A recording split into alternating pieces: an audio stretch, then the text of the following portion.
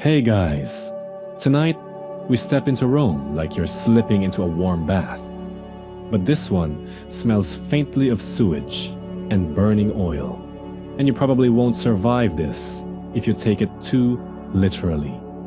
You trudge through streets slick with rain or leftover market grime, the cobblestones uneven underfoot, echoing with the clatter of hooves, the hiss of vendors, and the occasional scream of a distant animal. Lanterns flicker against marble facades, casting shadows that seem almost alive. In the Forum, you catch the scent of spiced wine, sweat, and something that hints at decay, probably the ever-present garbage that Romans pretend isn't there. The chatter of senators and merchants blends into a low, persistent hum, like a citywide meditation on tension and excess. So before you get comfortable, take a moment to like the video and subscribe. But only if you genuinely enjoy what I do here. Post your location and local time in the comments if you want me to know where this historical insomnia reaches tonight. Now, dim the lights, maybe turn on a fan for that soft background hum, and let's ease into tonight's journey together. You follow the pulse of the city to the Palatine Hill, where imperial power radiates like a heat haze. Commodus, the emperor, struts through corridors carved from white marble, his sandals clicking against floors, polished by centuries of footfall. Candles flicker, casting his reflection across the mosaic walls.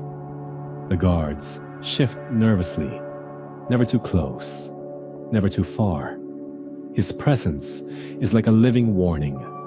Rome's heart may be mighty, but even here, every breath is weighed with caution. You might think of him as a young man who inherited wisdom from Marcus Aurelius, the philosopher-king who balanced thought and governance with almost surgical precision. But here, you see a spoiled heir, indulgent, obsessed with his image, and obsessed, maybe dangerously so, with the idea of glory in arenas he does not need to fight in. Historians still argue whether Commodus was truly mad or merely theatrically self-indulgent. And standing here, it's hard to tell which is which. The palace smells of lavender, rose oil, and the faint tang of iron from the guard's armor. You notice how the air vibrates with anticipation. Even the walls seem to hum with the emperor's moods.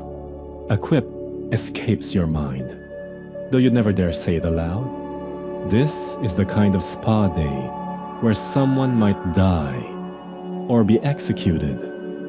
And in a way, that's the reality of Rome. You can never fully relax. Not in the Forum, not in the baths, and certainly not on the Palatine Hill. You glimpse the emperor's reflection in polished bronze, muscles taut beneath a thin tunic, eyes gleaming with amusement or calculation, maybe both. He tosses a coin to a passing page, who flinches, and you feel the invisible lines of power stretching taut between everyone here. Outside, the city continues unabated. Children dodge between carts, dogs sniff at scraps, and a breeze carries the scent of the Tiber, slightly sour but familiar. Inside, the emperor paces, thinking of gladiatorial combat, of crowds cheering his feats, of himself as a living god, Hercules reborn. Coins bearing his visage are minted in abundance, a permanent reminder that this is his Rome, or at least his version of it. Quirky rumor has it, he sometimes had meals served while wearing a lion's pelt, pretending to wrestle the air with invisible foes. You wonder if this is performance, paranoia, or a warning. Never underestimate a man who sees himself as invincible. Senators pass through, masks of civility in place, but their eyes dart like mice. Whispers travel faster than sandals on stone. He plans another public spectacle. Beware the bath tonight. Latus looks nervous. Rome itself seems to inhale sharply. A city aware that even emperors can be vulnerable, and even the mighty can fall. The tension is tactile, almost tasteable, mingling with the faint tang of incense and the sharper bite of impending doom. And through it all, you, the observer, feel that peculiar thrill of standing on the cusp of history, where every step, every glance might ripple into events that echo for centuries. The dichotomy is striking. Outside, vibrant, chaotic, alive. Inside, the marble halls are quiet, almost too quiet, save for the emperor's laughter, which occasionally cracks, revealing human nerves beneath divine airs.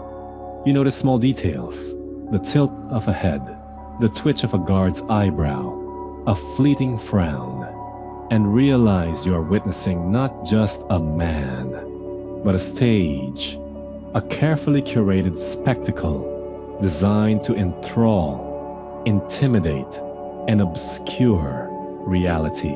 In this city of shadows and light, of scent and sound, the narrative of Commodus begins to unfold, and you, comfortably yet nervously perched on the edge of the story, are about to follow it through every corridor, bath, and arena. You follow the echoes of Commodus's childhood, like footprints in a dusty atrium, aware that what seems like gilded privilege often masks a complicated, sometimes cruel, upbringing. Born in 161 CE, he is the son of Marcus Aurelius and Faustina the Younger, a boy whose cradle rocks between philosophy and power, wisdom and indulgence. The palace isn't just a home, it's a living classroom, a stage where every glance from his father can feel like judgment or applause. You imagine the corridors alive with tutors, slaves, and scribes, all trying to shape him into the next emperor, while the child himself alternates between earnest curiosity and petulant whimsy. Marcus Aurelius, known for his Stoic philosophy, attempts to instill discipline.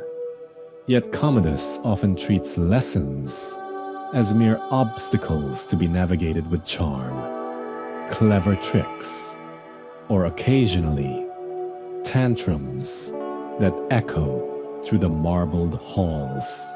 Historians still argue whether the seeds of Commodus's later eccentricities were inherent or carefully nurtured by overindulgent caretakers. And watching him here, it's hard to decide. You trudge through this domestic theater and witness the tiny details that matter. The boy gripping a wooden sword, practicing stances learned from gladiatorial manuals, or tossing coins to nearby pages, testing their loyalty and fear. You might smirk at a scene of young Commodus, insisting that his tutors fight him in mock combat while he wears a lion-skin cloak, the mane falling over his eyes like a theatrical curtain. It's both adorable and slightly unnerving, the way he relishes control over those around him. Servants whisper that he even staged mock trials, judging siblings and cousins with dramatic decrees. The child's fascination with power is not just playful, it is formative, a rehearsal for later grander spectacles, when the entire Roman populace would become his audience.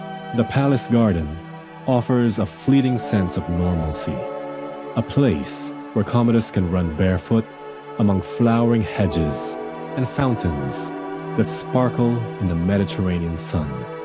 Yet even here, shadows linger. The philosophers sent to tutor him murmur between themselves, worried about his temperament. He must learn restraint, they say, but their voices often dissolve beneath the echoes of imperial orders. The boy experiments with authority early. A flip of the hand, a demand for a servant's attention, a test to see who trembles and who dares resist. You notice the tension in the air, as if the entire household holds its breath every time Commodus laughs too loudly or frowns too sharply. Quirky gossip survives even today. Some contemporaries claimed young Commodus once forced the palace cats to perform wrestling matches, betting on the winners as if staging miniature gladiatorial combats. Education is both formal and peculiar. Lessons in rhetoric, Greek philosophy, and the classics are punctuated by displays of strength and cunning. Marcus Aurelius insists he understands Stoic wisdom, yet Commodus seems more enamored with theatrics. You see him pacing with a scroll in hand, reciting passages, then abruptly tossing it aside to demonstrate a wrestling hold learned from an older trainer. His tutor's patience wears thin, yet there is no denying the boy's intelligence. He can memorize speeches, manipulate conversations, and charm those around him with a mix of innocence and precocity. Historians still argue whether this early confidence was natural genius or cultivated vanity. And in your mind, you start to see both at work, intertwined like vines climbing a marble column. Despite all instruction, Commodus's indulgence grows. Festivities within the palace are often dominated by his whims. Elaborate feasts, mock battles, and performance exercises, where he must be applauded for every minor victory. You can almost hear the clatter of miniature swords, the murmur of tutors correcting him, and the suppressed groans of servants who know that displeasing the young prince might result in unpredictable consequences. By adolescence, he has already begun to crave spectacle, to see himself larger than life, and the court adjusts to him rather than the reverse. And then there's his relationship with his father, Marcus Aurelius, a stoic figure whose meditations on duty and virtue form a quiet, enduring counterpoint to Commodus's flamboyance. You observe fleeting moments of tension, the emperor-king offering advice, the boy rolling his eyes, the older man sighing, perhaps realizing that philosophy alone may not tame this particular spirit. The dichotomy is fascinating. You, standing invisibly in the hallway, can almost feel the philosophical weight pressing down on youthful vanity and the subtle rebellion that will define much of Commodus's later life. Yet even as you trace these childhood corridors, you glimpse the early foreshadowing of public obsession. Commodus is already fascinated by gladiators, by displays of strength, and by imagining the roar of crowds in arenas far beyond the palace walls. He practices wrestling moves in the garden, challenges tutors to duel, and daydreams of adoration from strangers. A curiosity bordering on obsession. Quirky anecdotes survive. One source claims he once entered the equestrian arena at night, disguised as a soldier to test his own combat skills on unwitting guards. You start to see that this is more than youthful play. It's an early blueprint for the grandiose, often dangerous spectacles he will stage as emperor. Even his moral compass is tangled early. While he shows moments of curiosity and intelligence, he also displays cunning, vanity, and a taste for intimidation.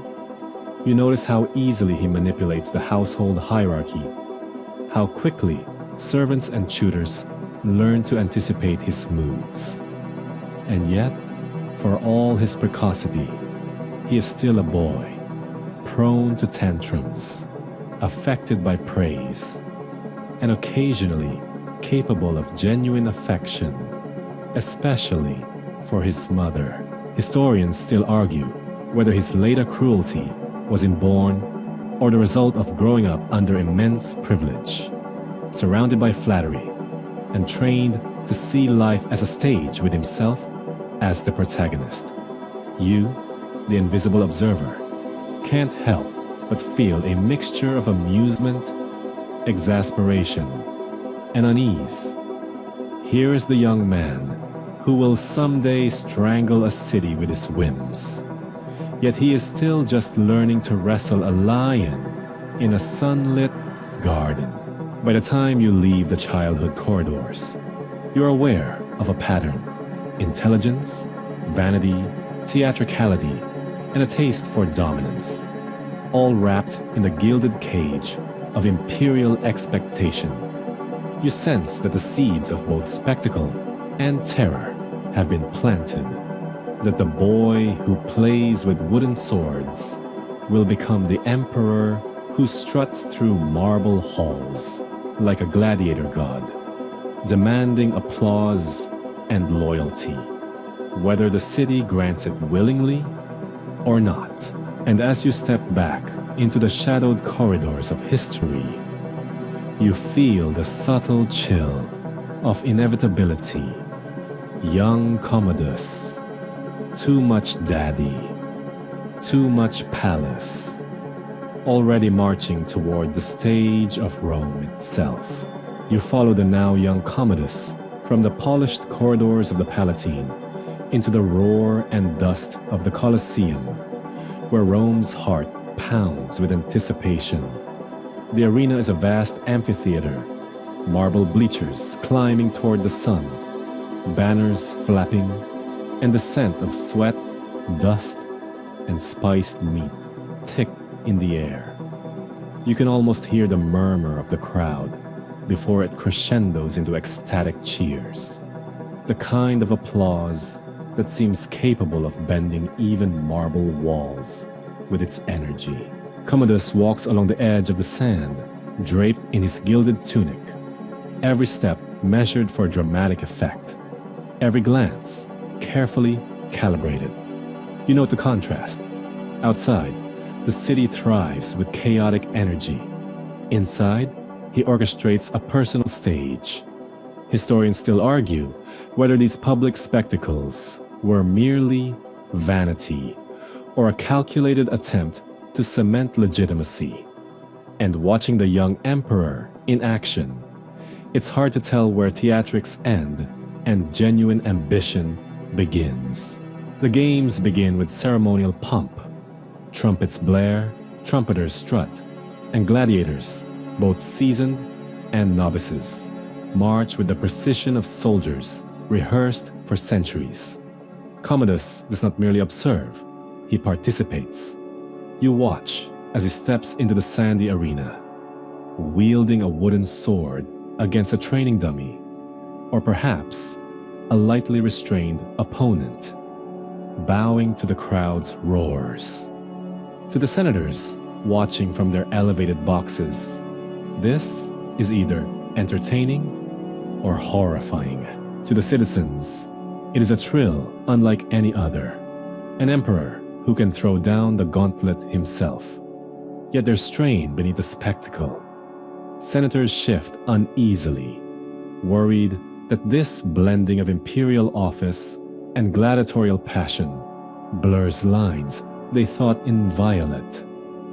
The tension is palpable, the air charged like a bowstring, ready to snap.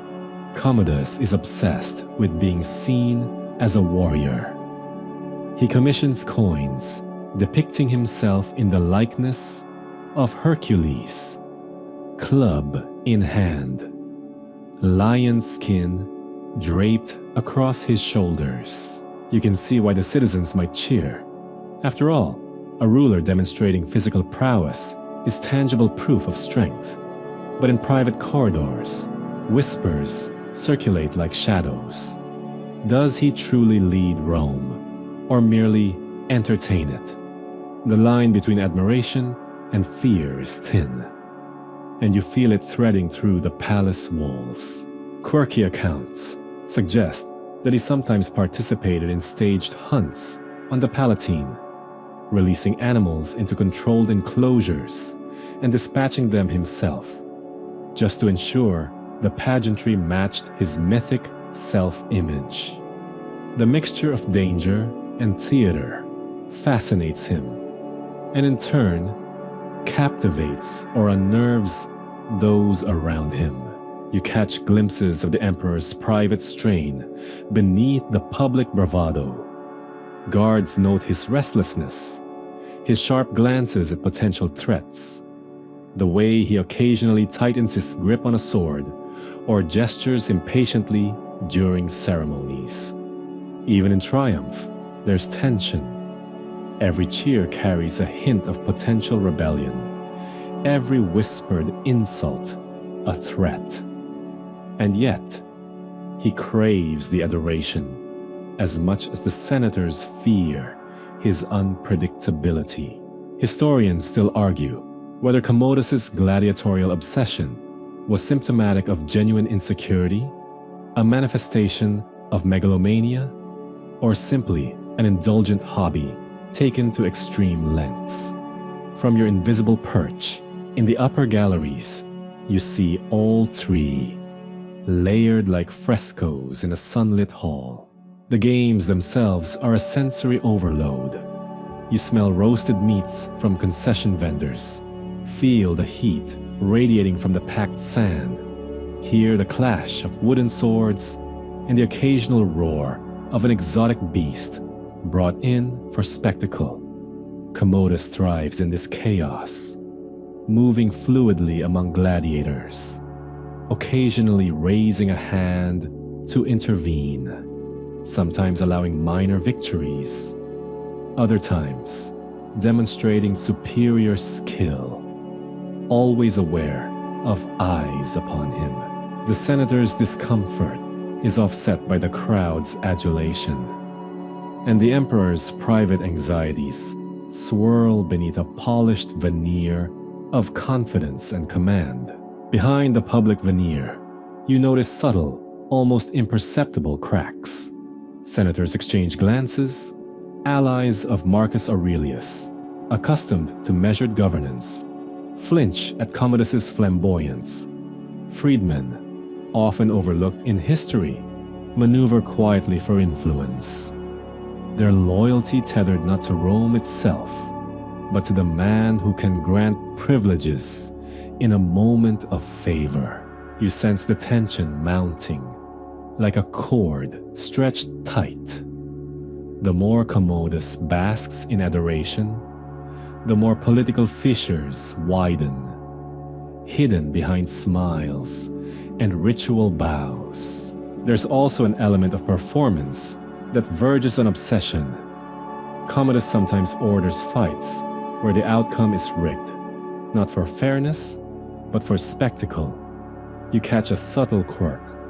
He occasionally schedules a minor gladiator match, then enters halfway, claiming it is too easy, and forcing the participants into improvised, dramatic maneuvers. The audience gasps, laughs, or cheers. Senators grit their teeth. It's an early example of what will later define him as an emperor who blurs the line between ruler and performer, leader and gladiator, human, and myth. You feel, too, the emperor's paradoxical isolation. The very crowds he courts for validation cannot shield him from fear. Every cheer masks potential betrayal. Every adoring glance could conceal a dagger. Commodus's private strain, the tightrope walk between love and terror, power and performance, shapes him in ways even Marcus Aurelius could not anticipate. You realize that this blend of spectacle and anxiety is the engine that will drive the later, more infamous chapters of his reign. Gladiatorial obsession, narcissistic displays, and eventually, paranoia that will make a bathhouse a site of ultimate vulnerability.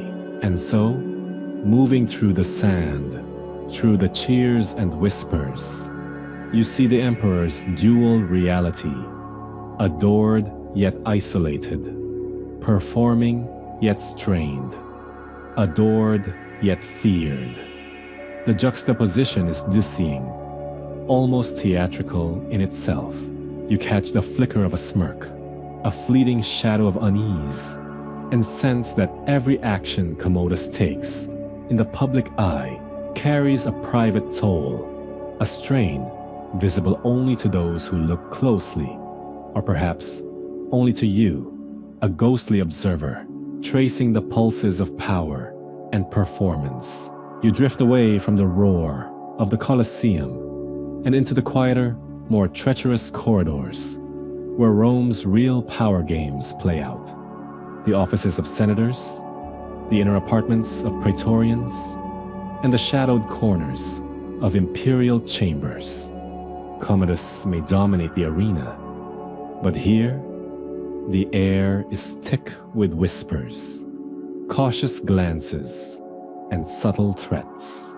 You notice the delicate choreography. A senator touches his toga just so. A freedman lingers near a doorway pretending not to eavesdrop. A guard shifts uneasily with one hand near his dagger. The city outside may cheer, but inside, every smile can hide a knife or a plot. Historians still argue whether the empire was destabilized by Commodus's eccentricities or whether the ambitions of his advisors exacerbated an already fragile system. And standing here, it feels like both. Praetorian prefect, latest moves like a shadow, a man trained in subtle intimidation and delicate diplomacy. His eyes sweep the room constantly, cataloging allies, noting enemies, weighing potential betrayals. You realize that in Commodus's Rome, a whisper in the wrong ear could be as lethal as a sword to the throat.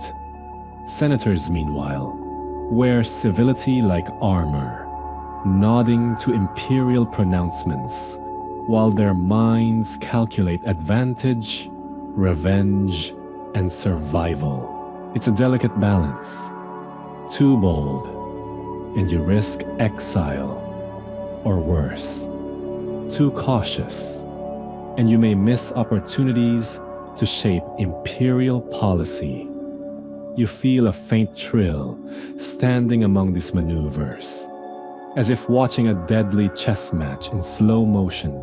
Commodus's personal freedmen add another layer of complexity. They are often overlooked in grand histories, but you notice how much influence they wield.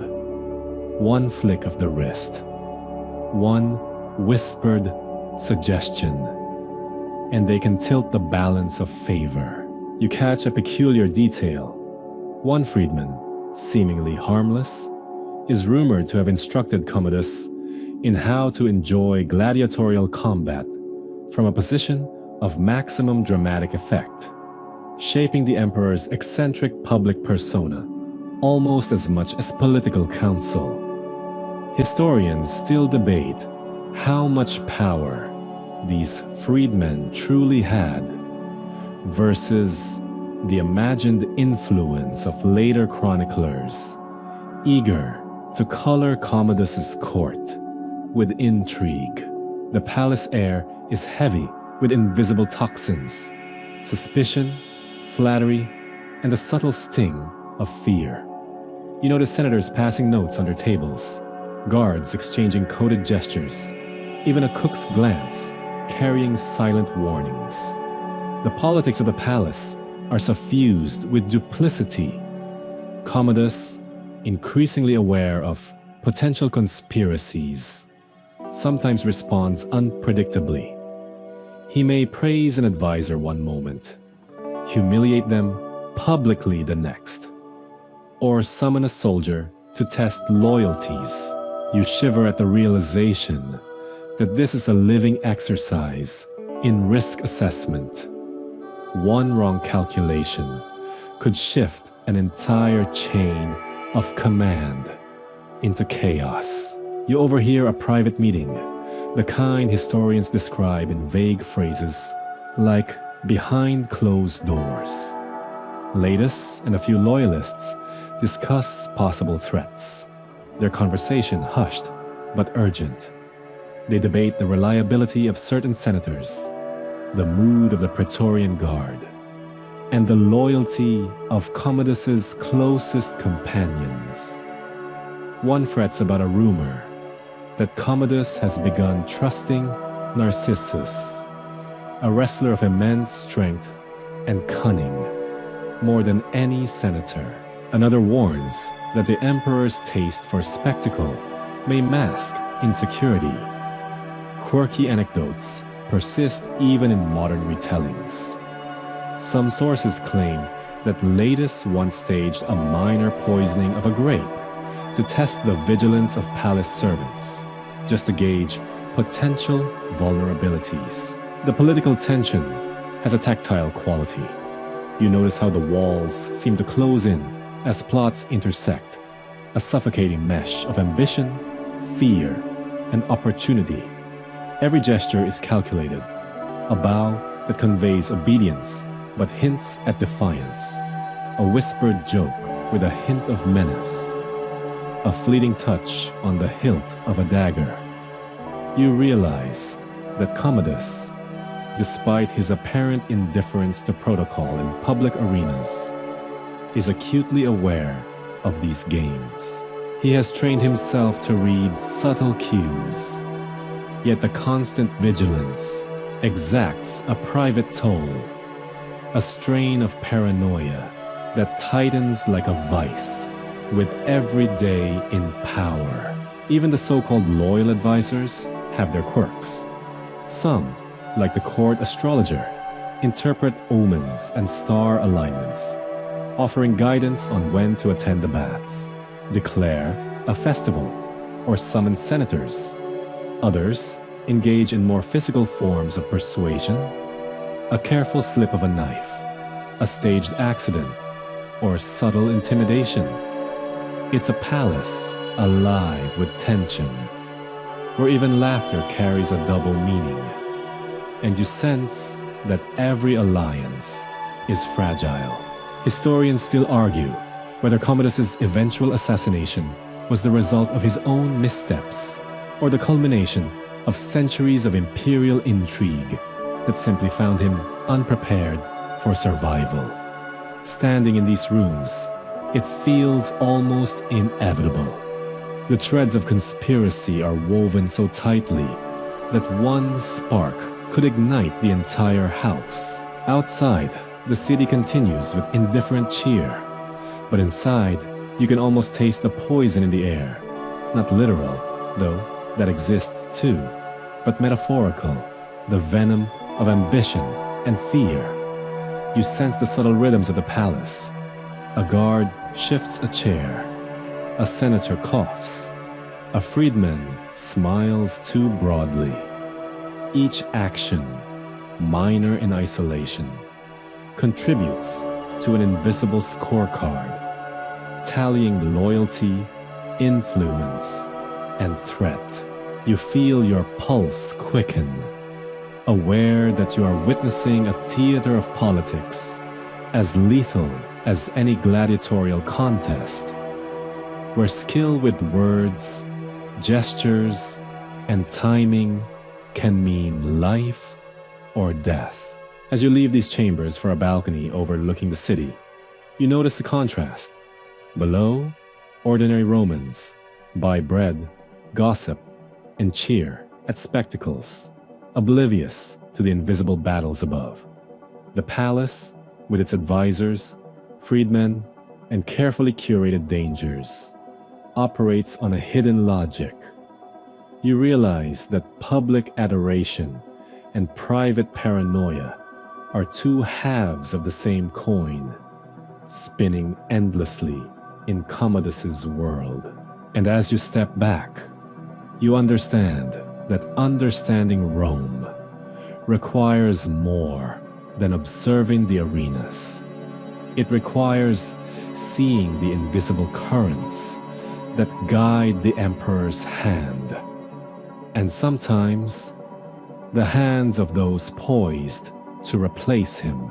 You wander now through the streets, beyond the marble corridors and whispering chambers, into the beating economic heart of Rome, a city alive with commerce, taxation, and the subtle anxiety of coins slipping through hands too quickly.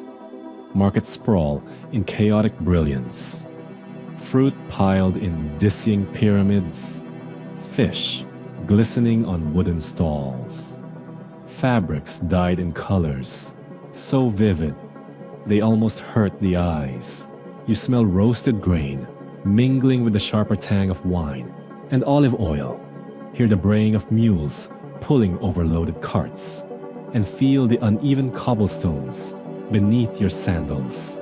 And beneath all this vibrancy, a tension hums, barely perceptible, yet omnipresent. Rome is in flux. Historians still argue whether the economic strain of Commodus's reign was self-inflicted through extravagance, or merely a continuation of structural pressures inherited from previous emperors. And walking through these streets, you can almost feel both possibilities pressing against your shoulders. You notice the lavishness of Commodus's court, mirrored in the economic burdens on ordinary Romans. Taxes are unusually high, and levies imposed to fund gladiatorial games, extravagant banquets, and the minting of coinage with his visage are felt keenly by merchants, artisans, and farmers alike. Coins bearing Commodus's image in Hercules garb circulate widely, reminding citizens with every transaction that their emperor is both warrior and divinity, at least in theory. Quirky anecdote. Some sources claim that Commodus once experimented with taxing urine used by fullers to clean cloth, purely because he could, and the people grumbled, but complied. You pass through a forum where senators debate budgets while plebeians haggle over bread prices, and you feel the invisible tension between lavish imperial spending and civic hardship. Military campaigns are costly too, with legions stationed at the edges of the empire, stretching resources thin and creating pockets of unrest. Commodus has little interest in economic theory, preferring spectacle and personal adulation. Yet his decisions ripple across the city. You sense the subtle resentment. A baker grumbles at his stall. A merchant adjusts his price reluctantly. A soldier shifts uneasily as he receives delayed pay. Some sectors of Rome thrive despite, or perhaps because of, the chaos. Gladiatorial schools profit, artisans producing weapons and armor find steady demand, and entertainers flourish under the emperor's obsession with spectacle. Yet these gains are uneven, masking deeper structural vulnerabilities. Inflation, mismanagement of provincial revenues, and occasional corruption among tax collectors. Historians still argue whether the economy could have stabilized under a more disciplined hand, or whether Commodus's indulgence merely exposed flaws already present in the Roman system. Standing amidst the hubbub, you feel the tension like a thin rope stretched taut above a canyon. Commodus's personal whims also exacerbate the strain. He enjoys lavish banquets where exotic foods are served: peacock, ostrich, and rare fish, sometimes in quantities that make the palace kitchens groan. You imagine the supply chains, crates of goods transported hundreds of miles, overseen by administrators, desperate to please a volatile emperor. One quirky rumor claims he once demanded 1,000 ostriches for a single banquet, an anecdote that may be exaggerated, but hints at his appetite for spectacle and the resulting pressure on commerce. Every indulgence leaves a trail of economic strain that trickles down to common citizens, whose lives are shaped by imperial caprice more than their own choices. The coinage itself becomes a medium of propaganda, and as you examine it closely, you notice the subtle messages. Commodus depicted as Hercules, wielding a club, muscles exaggerated, a divine aura implied. It's an image designed to inspire awe, perhaps even fear. But it also reminds you that public confidence is fragile. A poorly received decree or overzealous tax can tip the balance. You overhear merchants whispering in corners. The emperor's latest games cost more than the grain harvest can cover, and you feel the tension between spectacle and stability, between imperial vanity and civic reality. Even Rome's military expenditures shape economic life. Soldiers stationed on the frontiers demand pay, provisions, and equipment. Failure to provide can lead to mutiny or desertion. Over-provisioning drains the treasury. You sense the constant balancing act. Every sestertius diverted to Commodus's gladiatorial fantasies is a sestertius not funding the legions. Scholars still debate whether Commodus was deliberately reckless or simply incapable of understanding the systemic consequences of his extravagances. From your vantage point in the marketplace, you begin to see how luxury, pride, and mismanagement intertwine, generating both fascination and fragility. Finally, the city itself bears the mark of economic tension. Roads wear unevenly, aqueduct repairs lag, and some neighborhoods suffer scarcity even as the elite indulge. You pass a group of children tossing coins into a fountain, giggling at the splashes, unaware that those same coins might have funded a minor military campaign or a banquet fit for a god emperor. Quirky details emerge in the shadows. The public baths, always a favorite of Commodus, are maintained with care. Yet whispers circulate that the funds for repairs often come from sudden surcharges on local merchants. You feel the subtle irony. Rome's opulence rests on a fragile lattice of forced wealth, public admiration, and private indulgence, all orchestrated by a man whose mind is half in the arena, half in fantasies of divine grandeur. Walking through these economic currents, you recognize the tension shredding through everyday life. Rome teeters between splendor and strain, amusement and anxiety, spectacle and systemic stress. And all of it revolves like a carousel around Commodus, a young emperor whose love of performance, indulgence, and personal glorification will continue to ripple through the city, shaping both the fortunes of its citizens and the precarious stability of the empire itself.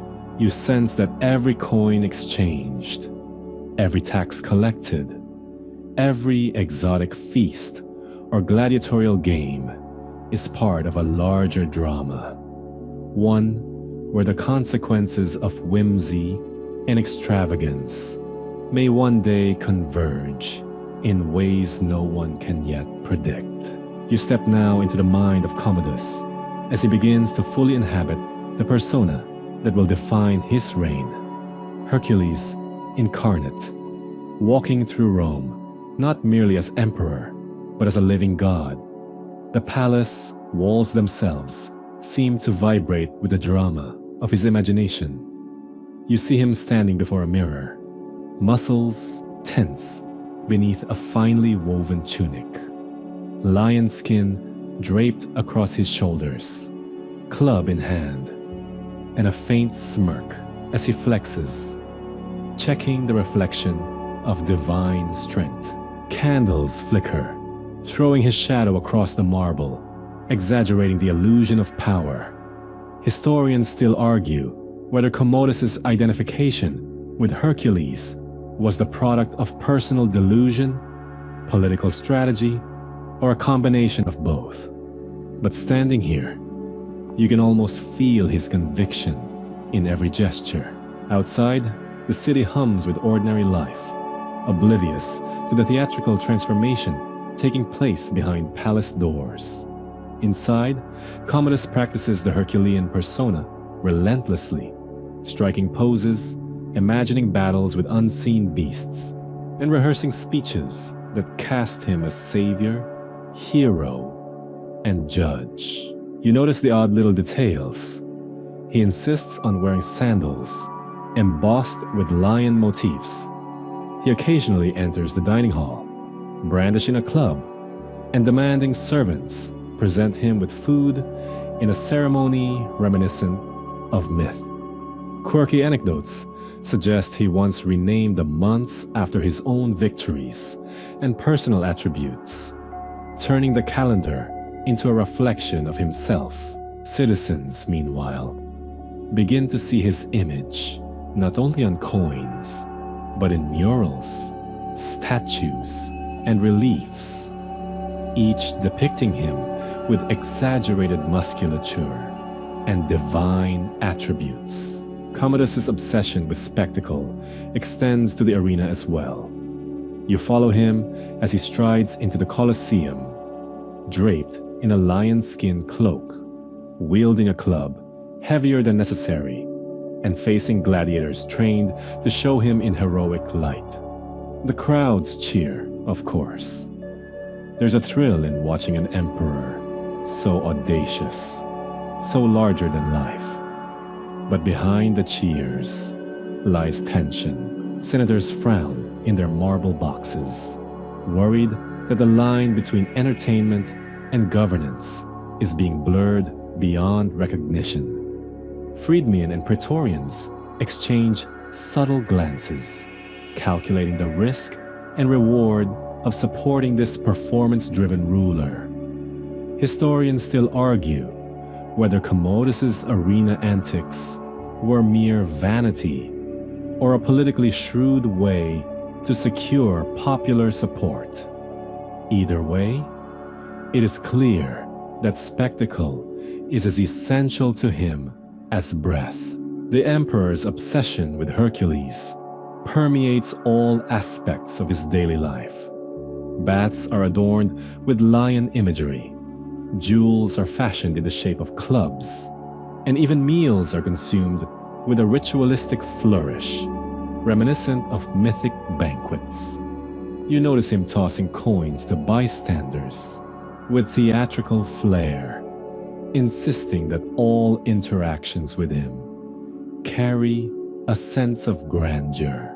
His advisors sometimes cringe, fearful that such extravagance undermines authority, yet he seems blissfully unconcerned. Quirky rumors persist. He supposedly trained exotic animals in the imperial gardens to mimic mythic monsters, staging mini-battles for his own amusement, much to the horror of servants and palace staff. Commodus's psychological landscape shifts under this Herculean identification.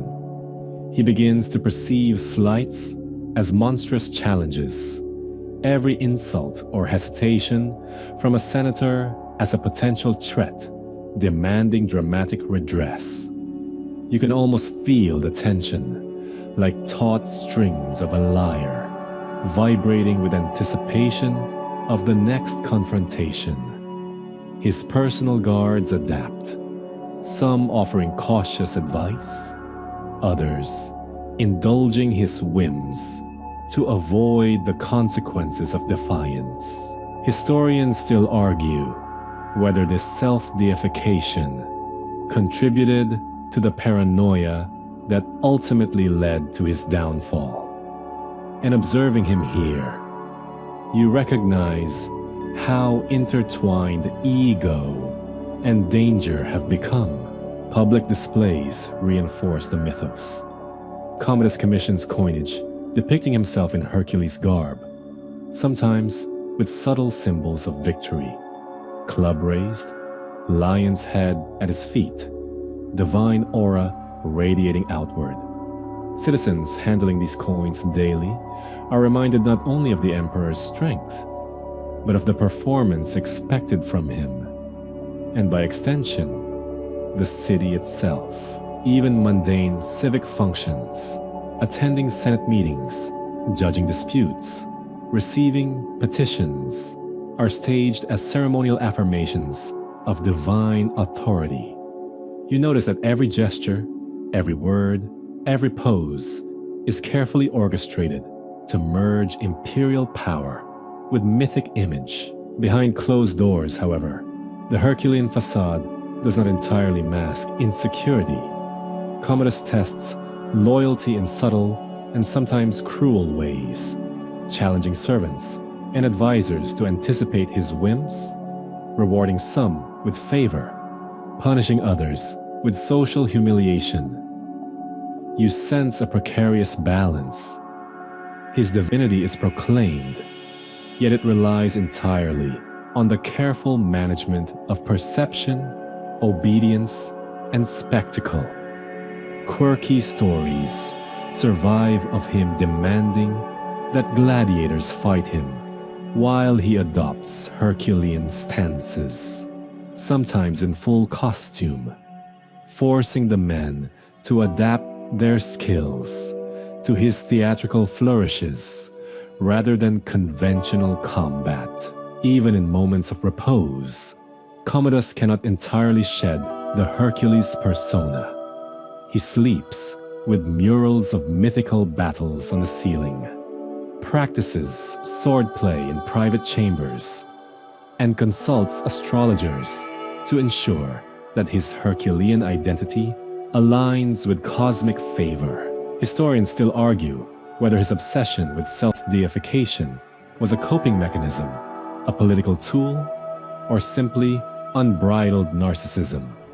And from your vantage point, it appears to be an intricate combination, a performance, a psychological crutch, and a statement of absolute power, all at once. By the end of your observation, you recognize that Commodus as Hercules is more than costume or coinage. It is an immersive, totalizing identity. Every interaction, public appearance, and private action is filtered through this lens of divine strength. You can almost feel the weight pressing down. A man attempting to embody myth, to rewrite the expectations of empire, and to blur the line between mortal and God, all while political currents swirl invisibly around him. The city sees a hero. You glimpse the tension, the eccentricity, and the quiet anxiety behind the spectacle, a prelude to the ultimate vulnerability that will come to define his downfall. You feel the chill in the palace corridors now. A subtle, creeping tension that wasn't as sharp during Commodus's early spectacles. The Emperor's Herculean performances have begun to warp his perception of reality, and a paranoia threads through the marbled halls, like smoke from an imperceptible fire. Every glance from a senator, every hesitating footstep of a servant, every whisper that drifts too long in the air becomes a potential threat. You notice the Praetorian Guard shifting uneasily, trained to read these cues, their own loyalty tested daily by the Emperor's whims. Historians still argue whether Commodus's paranoia was the natural consequence of absolute power or an amplified symptom of deeper psychological instability. But standing here, it seems impossible to disentangle the two. Commodus begins to scrutinize all aspects of his court. Advisors are summoned for minor consultations and interrogated with the precision of a gladiatorial match. The Emperor leans closer than necessary, fingers tapping on the edge of a polished table, eyes narrowing, and you can almost hear the silent questions. Are you loyal? Are you plotting? Do you dare think against me? Freedmen tread cautiously, balancing flattery with subtle guidance, trying not to appear too ingratiating or too detached. Even minor mistakes, a slip of the tongue, a delayed response, invite suspicion. You feel the air tighten, thick with anticipation, as if the palace itself is holding its breath. Public appearances do little to ease this growing tension. Commodus knows the city loves spectacle, but he is hyper-aware of potential betrayal in the crowd. You watch him pacing before an arena entrance, scanning faces, counting reactions, testing expressions. Even the cheers of thousands are filtered through a lens of doubt. Quirky stories survive from these times. Some suggest he once had a group of spectators secretly observed and judged for hidden hostility, their fates to be determined by the Emperor's whims later. His need for control extends beyond the palace, into the very streets of Rome, the arenas, and even his own household.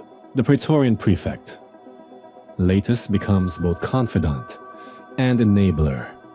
He interprets every small sign of disloyalty, often exaggerating threats to keep Commodus on high alert.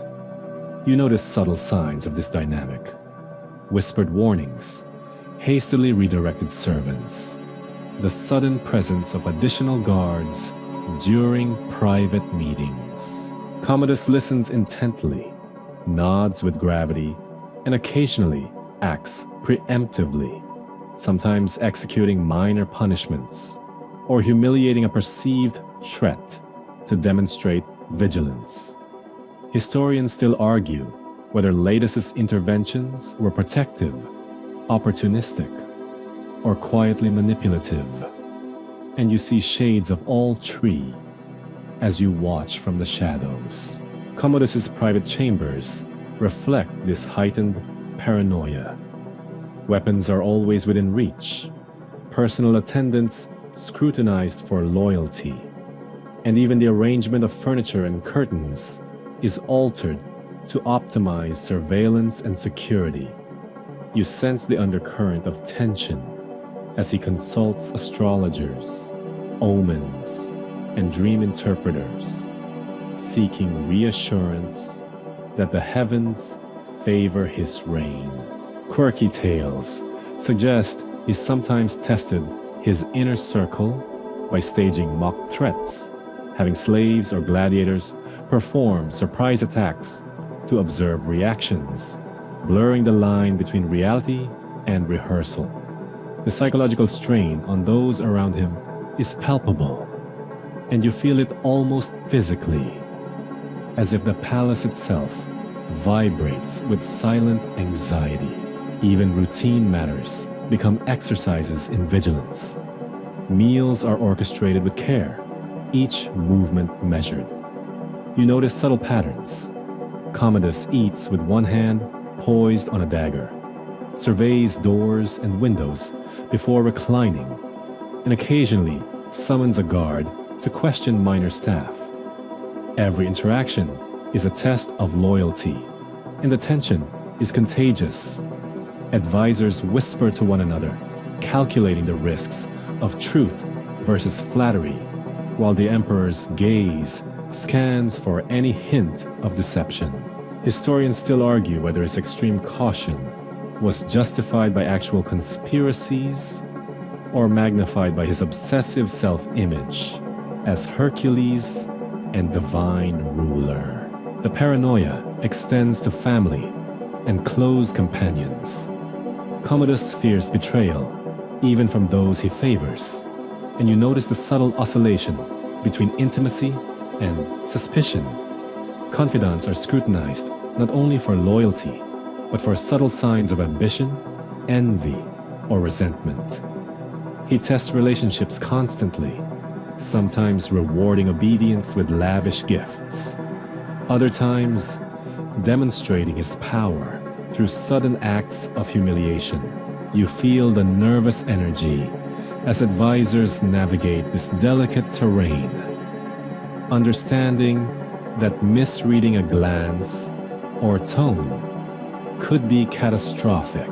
Outside, the city remains largely unaware of the emperor's inner anxieties. You hear the sounds of commerce, children laughing, and distant construction, oblivious to the palace drama. Inside, however, the atmosphere is suffused with tension, a mix of awe, fear, and constant vigilance. Commodus walks through halls like a general in a hostile city, every step measured, every gesture laden with meaning. Freedmen and senators alike are caught in a delicate dance. Entertain, serve, and obey, but do not provoke, question, or disappoint. You realize, standing unseen in the shadows, that this paranoia is both protective and corrosive. It isolates Commodus even as it commands attention, making him increasingly dependent on a small circle of trusted or conveniently pliable advisors. The line between loyalty and flattery blurs, and the emperor's perception of threat amplifies minor slights into crises. Quirky rumors survive, suggesting he sometimes ordered guards to strike invisible enemies in empty chambers, a symbolic gesture that reveals the depth of his suspicion. By the end of your observation, you understand that the emperor's growing paranoia sets the stage for the fatal convergence of ambition, fear, and betrayal that will define the final chapters of his life.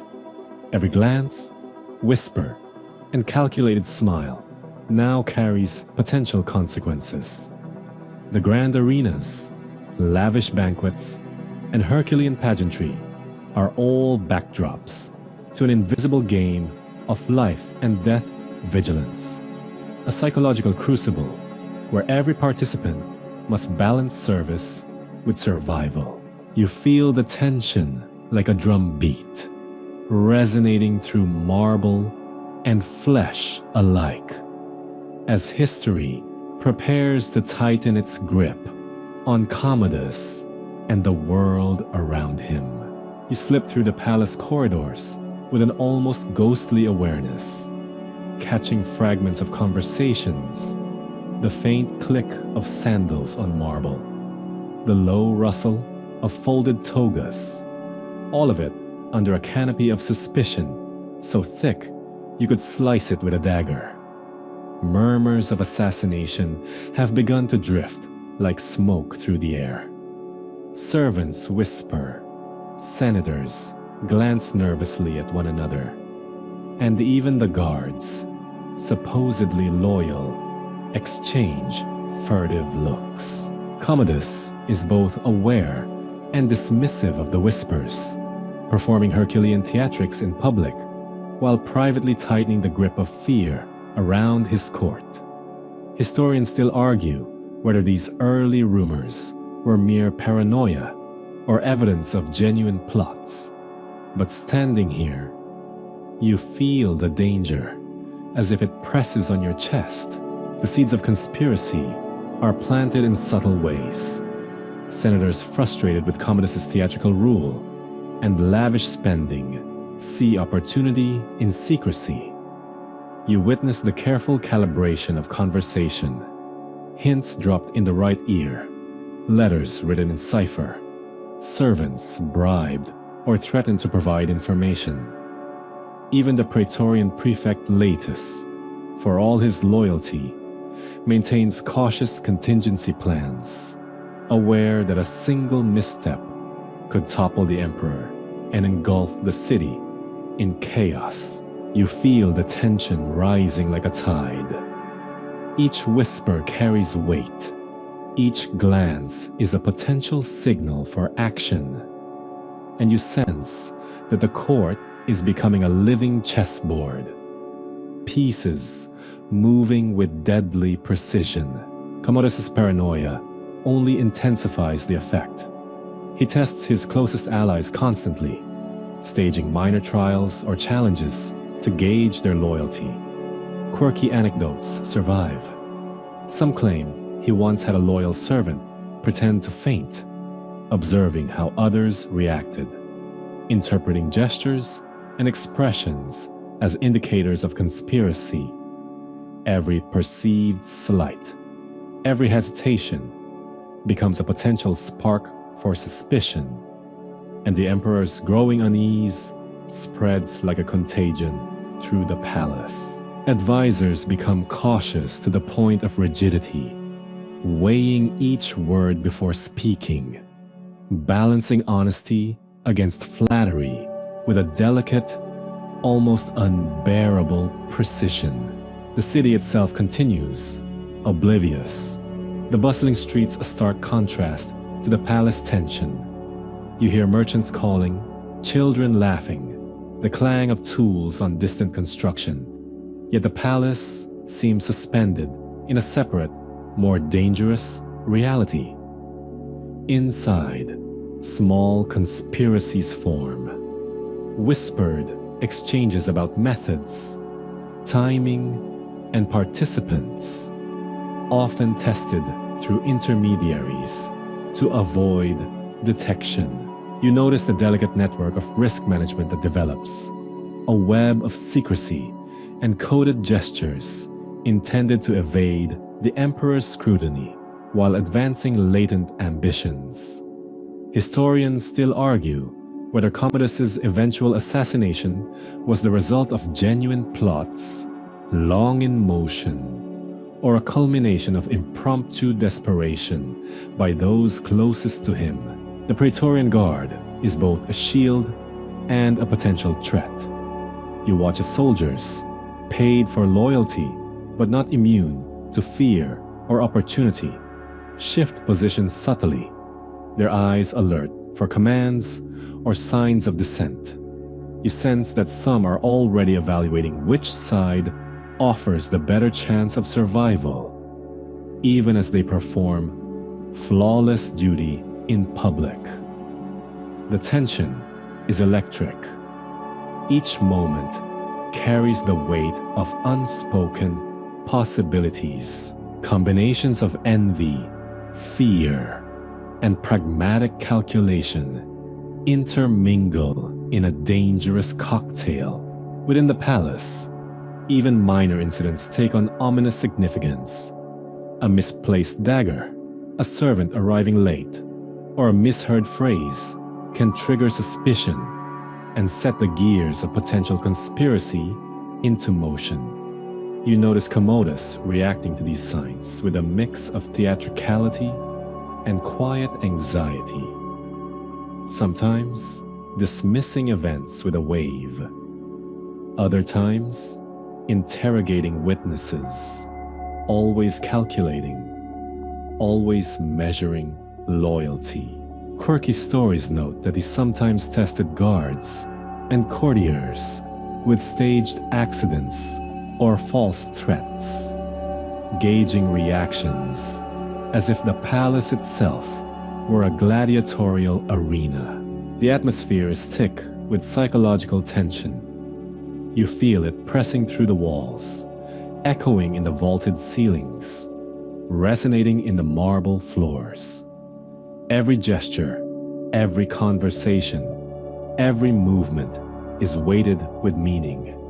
Even those who appear loyal walk on a knife's edge, conscious that the emperor's attention may be both protective and deadly. The interplay of fear, ambition, and survival instincts shapes behavior in ways almost imperceptible, but profoundly consequential. By the time you rise to a balcony overlooking the city, you realize that these murmurs of assassination are more than gossip. They are the undercurrent of an empire's anxiety. Commodus may appear godlike and invincible in the Colosseum, draped in lion skins and wielding clubs. But the reality is far more precarious. The strands of ambition, fear, and political calculation intertwine invisibly around him, tightening ever so slowly like a noose. And as you linger in the shadows, you can almost hear the faint prelude of history's verdict. A young emperor surrounded by whispers, plotting, and betrayal, teetering on the cusp of mortal vulnerability. You follow Commodus into the imperial bathhouse, a sanctuary of warm steam, marble, and ritualized luxury that feels worlds apart from the chaos of the city streets or the tense corridors of the palace. The air is heavy with a mingling scents of oils, herbs, and heated stone, curling upward in lazy wisps as if carrying secrets with them. Water laps gently in the pools, the echo of dripping from bronze basins, punctuating the otherwise hushed space. You notice the faint glint of polished mosaics beneath the shallow waters, scenes of myth and conquest that mirror the emperor's own self-image. Historians still argue whether these baths were purely for hygiene, indulgence, or psychological reinforcement. But standing here, you can see them as all three at once. The bathhouse is both personal retreat and stage. Commodus enters with measured steps, lion skin cloak discarded to reveal the sculpted form he so carefully maintains. Attendants hover, offering oils, strigils, and the softest linens, their hands gliding with practiced precision. You notice the choreography.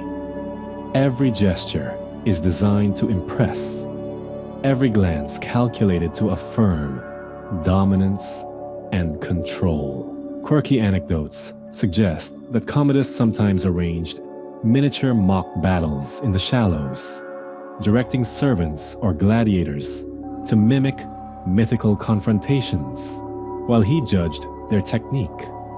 An odd combination of entertainment, exercise, and rehearsal for the mythic persona he inhabits. The emperor's routine is meticulous.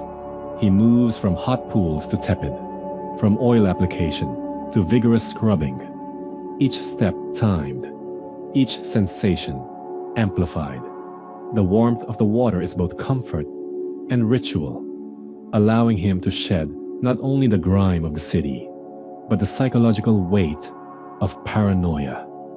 You can feel it yourself, the way the steam wraps around your skin, blurring the sharp edges of reality, as if even the palace walls lean closer to eavesdrop and protect in equal measure. His guards stand discreetly nearby, ever watchful, for in this environment, even relaxation is tinged with vulnerability. In this private theater, Commodus reveals both confidence and anxiety. He tests servants' loyalty with subtle instructions, a slight delay, a missed motion, a hesitation in response, each carefully observed. Quirky rumors suggest he once had a servant pretend to slip in the water, watching closely to see if other attendants rushed to assist or hesitated in fear, interpreting the smallest reaction as a measure of devotion. Historians still argue whether these exercises were cruel eccentricities or shrewd strategies to maintain absolute authority. And you can feel the ambiguity permeating every ripple in the bath. The bathhouse also becomes a microcosm of palace intrigue. You notice the subtle tensions between attendants, freedmen, and guards. Rivalries, whispered complaints, and unspoken hierarchies play out in miniature, all under the emperor's watchful eye. Commodus's presence amplifies these dynamics. Every minor interaction carries weight, each gesture scrutinized. Even the sound of dripping water seems to echo judgment. You realize that here, as in the Colosseum or the Senate, performance and vigilance intertwine. Physical indulgence is matched by symbolic ritual. Commodus often envisions himself as Hercules, even in these intimate moments, grasping a bronze strigil like a club, flexing his muscles to the mirror, letting the reflection of water and marble enhance his own mythic identity. Coins and statues depict the same imagery, creating a continuous feedback loop between perception, performance, and reality. Quirky tales survive that he sometimes commissioned exotic oils that smelled faintly of lion, attempting to further merge the mythic and the tangible. Security remains omnipresent, despite the steamy, relaxed appearance. Guards are stationed discreetly, watching entrances, scanning shadows, and sometimes exchanging coded signals. You notice the subtle choreography of protection. One guard positions himself slightly to the side, another behind a pillar, all while appearing invisible. The Emperor's awareness is constant. He tests their vigilance with minor provocations, a dropped cup, a sudden command, a feigned stumble. Observing this, you feel the tension underlying every moment, even in what seems to be leisure. As Commodus moves through pools of varying temperature, you sense the layering of experience, comfort, ritual, spectacle, and anxiety, all coexisting. The bathhouse becomes a controlled environment where vulnerability is mitigated by meticulous observation, loyalty, and personal ritual.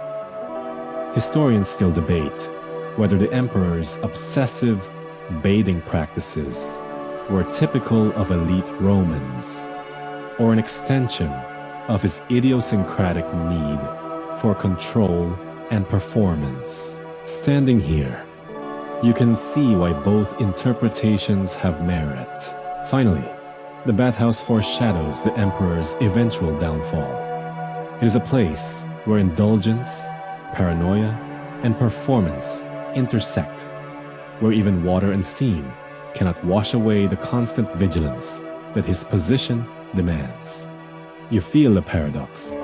The baths offer relaxation, yet they are also a stage for scrutiny, a proving ground for loyalty, and ultimately, a space that magnifies both human fragility and imperial ego. Every splash, every glint of mosaic, every ripple in the water reminds you that in Commodus's world, leisure and danger coexist, sometimes with lethal consequences.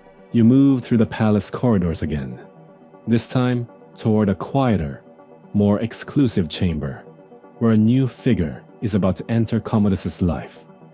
Narcissus, a wrestler of extraordinary strength and presence, whose arrival will ripple through the Emperor's world.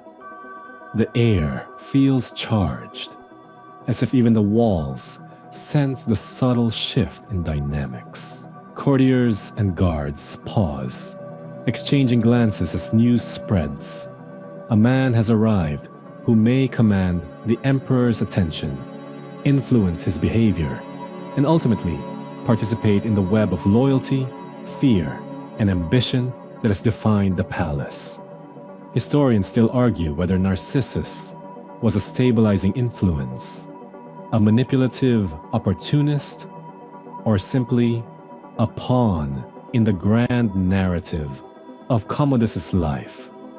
And watching from the shadows, it's difficult to disentangle motives from myth. Narcissus is everything a wrestler should be: imposing, disciplined, and acutely aware of his own physicality. You see him in training, tossing heavy leather bags, flexing sinews that glint under torchlight, moving with precision honed over countless hours. Yet he is not merely muscle.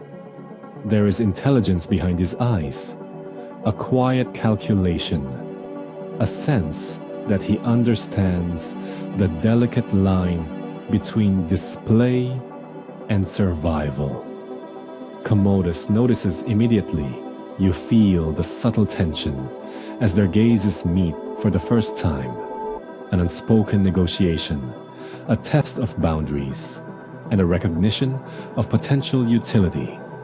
Quirky stories suggest that Commodus was instantly fascinated by Narcissus's ability to combine brute strength with grace, perhaps seeing in him the perfect embodiment of the disciplined hero he imagines himself to be.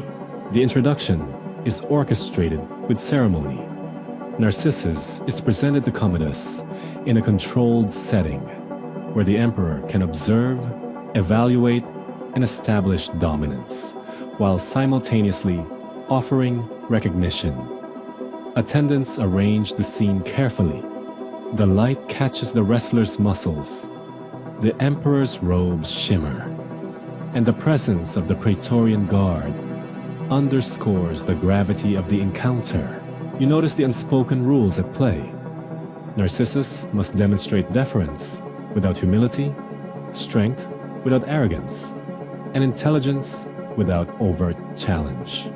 Historians still argue whether the dynamic that develops between Narcissus and Commodus is best seen as friendship, manipulation, or a combination of both. Commodus is immediately intrigued, and you sense the beginnings of an unusual bond. The Emperor starts testing Narcissus's loyalty and skill, not only in the arena, but in more subtle arenas of palace life. Minor tasks, whispered instructions, exercises in vigilance. Narcissus adapts gracefully, earning favor without overstepping boundaries. A dance that you feel is as much psychological as physical. Quirky anecdotes suggest he once lifted an entire gate in the imperial gardens for demonstration, a display both practical and theatrical, perfectly aligned with Commodus's love of spectacle and Herculean fantasy. As Narcissus gains favor, you notice the subtle shifts in palace dynamics. Advisors who were previously unchallenged feel their influence waver. Freedmen recalibrate allegiances. Even the Praetorian prefect treads more carefully, aware that the wrestler has earned a position of trust with the Emperor. The tension is palpable. The introduction of a single figure reshapes networks of power, loyalty, and fear, echoing through the corridors and shadowed chambers. You feel it yourself, a quiet tremor in the air, as if the walls are holding their breath for the unfolding of new alliances. Commodus begins to confide in Narcissus, not in grandiose proclamations, but in subtle ways, insights into his fears, his suspicions, his daily routines. You notice how he tests the wrestler's judgment, posing hypothetical scenarios, observing reactions, and occasionally seeking physical demonstrations of capability or vigilance. Narcissus responds with calm intelligence, never overreaching, yet subtly asserting a presence that commands respect. Historians still debate whether Narcissus manipulated Commodus or genuinely provided counsel. And standing here, you understand why the ambiguity persists. Perception and intention intertwine in complex, almost imperceptible patterns. The Emperor's dependence on Narcissus intensifies his private rituals. You follow him into the bathhouse, into private training sessions, even into the intricate planning of games and spectacles. Narcissus is both participant and observer, a living mirror reflecting Commodus's strengths, anxieties, and obsession with heroism. Quirky rumors suggest the Emperor once asked Narcissus to wrestle disguised gladiators in secret bouts, purely for amusement and self-validation, blending performance, trust, and control in a single, calculated act. The palace ecosystem begins to respond. Minor courtiers watch with fascination or envy, noting the influence Narcissus holds. Freedmen whisper speculatively about potential alliances, while the Praetorian Guard re-evaluates their chain of loyalty. You sense a subtle shift. The Emperor, already enmeshed in performance, paranoia, and spectacle, now has a confidant and enabler, someone who can simultaneously reinforce his grandeur and mediate his insecurities. Historians still argue whether this alliance made Commodus more secure or more dangerously insulated, but the tension is undeniable. By the time you step back into the dim corridors, you realize that Narcissus's entry is more than the arrival of a strong man. It is the inception of a new power dynamic, a subtle recalibration of trust and influence that will reverberate through the palace. The Emperor's life, already a precarious blend of performance, paranoia, and indulgence, now acquires a new axis, a confidant who embodies physical excellence, tactical acumen, and the potential to shape fate in ways both deliberate and accidental. You feel the quiet charge in the air.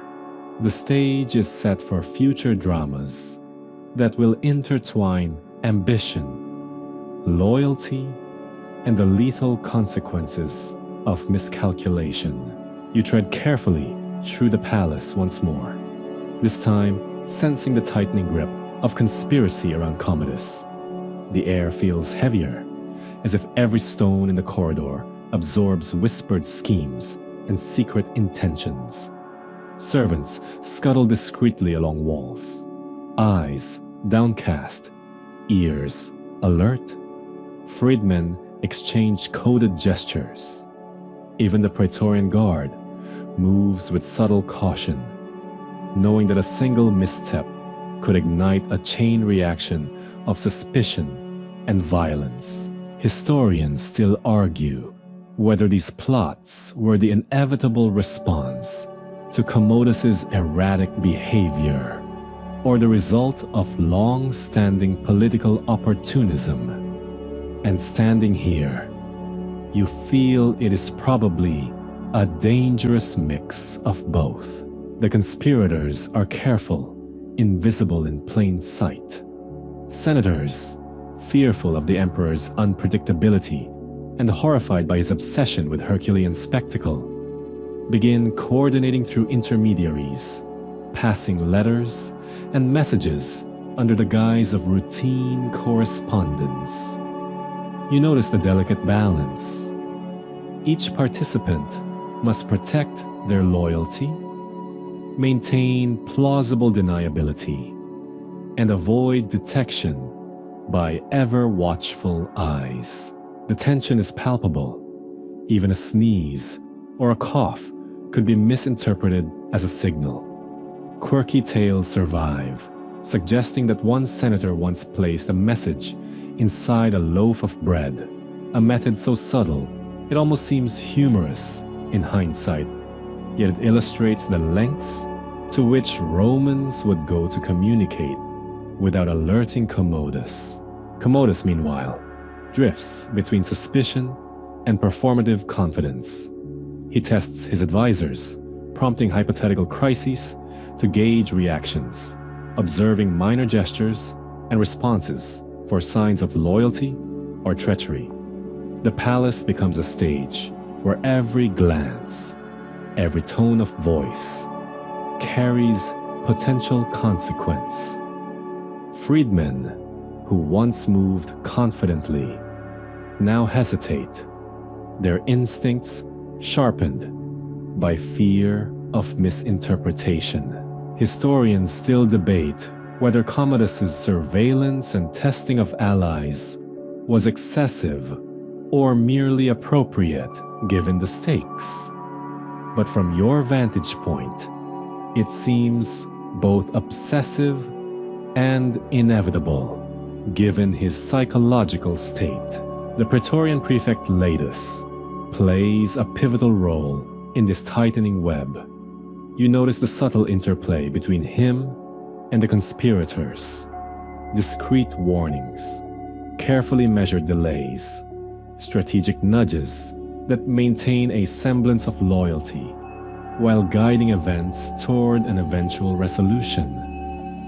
Latus is both protector and manipulator, a man navigating treacherous currents with practiced caution. The emperor, reliant on these same figures for his personal security, unknowingly intensifies his vulnerability as the network of conspiracies gradually crystallizes around him. Narcissus, already a stabilizing presence, now becomes an intermediary, whether intentionally or not. You sense the wrestler's quiet intelligence in observing tensions, mediating conflicts, and maintaining composure, acting as both shield and mirror for Commodus's anxieties. Quirky anecdotes suggest he sometimes interposed himself between potential conspirators and the emperor under the guise of training sessions or demonstrations of strength, subtly diffusing risks while preserving the emperor's confidence. The palace itself seems alive with the invisible choreography of plotting. Courtyards echo with footfalls that are never merely functional. Hallways carry the weight of whispered conversations, the clatter of coins as bribes change hands, and the muted gestures of signals carefully passed. You feel as though the marble itself is complicit, recording secrets in its cool, silent surfaces. Every corner you turn presents potential observation points. Every room holds the possibility of discovery or betrayal. Historians still argue whether this network of intrigue would have formed under any emperor in similar conditions, or if Commodus's peculiar combination of vanity, paranoia, and idiosyncrasy uniquely catalyze the conspiracy.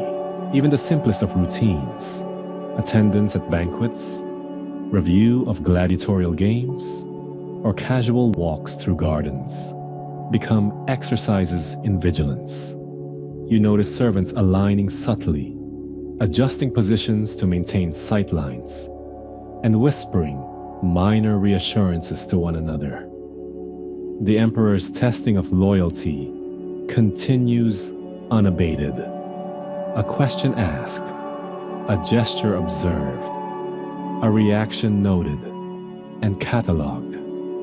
The tension is as tangible as steam from the baths, a constant presence that shapes behavior in every corridor, every chamber, and every glance. Rumors circulate of minor plot failures, quickly suppressed or redirected to maintain secrecy. You glimpse the cautious thrill of participants, a secret letter passed, a coded handshake executed flawlessly, a message intercepted and misinterpreted. Each small success emboldens the conspirators, yet every near miss heightens anxiety. Quirky tales report that some participants practice their signals in mirrors or with statues to avoid accidental exposure, a testament to the meticulousness required when plotting in the shadow of a volatile emperor. By the time you observe from a shadowed gallery overlooking the Grand Hall, the net of conspiracy feels almost suffocating in its inevitability. All pieces are in motion, senators eager for change, freedmen calculating risk, guards balancing fear and loyalty, and the emperor unaware of how tightly the strands of plotting are drawn around him. You sense that every smile, nod, and gesture in the coming days carries the weight of potential history-altering consequence. The palace is no longer simply a home or seat of governance. It is a living, breathing organism of tension, performance, and impending reckoning. Standing there, you realize that the web is now complete, that conspirators and confidants alike are positioned for the climax that is drawing inexorably closer. Commodus remains dazzling and terrifying in his Herculean performances. Yet outside the arena, outside the baths, the machinery of his undoing is already turning. Historians still argue whether he sensed it, whether his paranoia delayed or hastened events. But you can feel that the delicate dance of loyalty, fear, and ambition has reached a tipping point, ready to spiral into action that will echo through history. You wander through the palace with a sense of unease settling over every corridor, every marble step seeming to whisper of impending collapse. The signs are subtle but insistent. Guards glance over their shoulders with an extra weight of concern. Advisors murmur in corners, and even the court jesters hesitate in their performances, aware that the usual blend of humor and spectacle now carries an undercurrent of fear. Commodus moves through the same halls with his customary swagger, draped in lion skins, flexing his Herculean image for anyone who dares to watch. Yet you feel the tension beneath the theatrics. Historians still argue whether these omens were genuinely recognized by those in power or are only vivid in retrospect. But walking here, you sense that anxiety has settled like mist over the palace. The emperor's routines begin to fray. You notice minor delays in baths, a missed instruction from a servant, a hesitation in ceremonial preparations, all magnified in the emperor's mind into potential threats. He tests allies more frequently, interrogates with sharper questions, and occasionally retreats into the privacy of his chambers, seeking comfort in ritual and isolation. Quirky anecdotes suggest he began naming months and days after personal victories, a subtle attempt to assert control over time itself, a psychological marker of unease rather than simple vanity. Even in public, the tension is visible. You follow him into the Colosseum, where he performs feats of strength with theatrical flourish. Yet there is a faint rigidity to his gestures, a hyper-awareness of possible betrayal. Senators and nobles offer applause that feels measured, cautious, almost reluctant, and you notice the emperor catching slight pauses or faltering responses, as if reading hidden agendas. Historians still argue whether the nervousness was paranoia, intuition, or a combination. But the signs are unmistakable. The palace is closing in, conspiracies are tightening, and the emperor's web of control is showing cracks. The Praetorian Guard, so essential to Commodus' sense of security, begins to display subtle signs of division. You observe glances exchanged between soldiers, minor adjustments of position during routine duties, and even the occasional soft conversation with freedmen or senators. Quirky tales suggest that some guards, while outwardly performing loyalty, discreetly tested the emperor's attention and patience, weighing potential rewards against risks in a game that could not be openly acknowledged. The balance of power is shifting, and you feel the delicate tension as palpable as the steam in the emperor's baths. Even his inner circle senses change. You watch advisors and confidants adjusting their strategies, offering flattery with careful calibration, suppressing minor grievances, and trying to anticipate every command or mood swing. Narcissus, ever vigilant, mediates where possible, yet even he cannot mask the subtle warning signs that ripple through the palace. A slight frown, a delayed gesture, a whispered question, all are magnified in this environment of scrutiny and fear.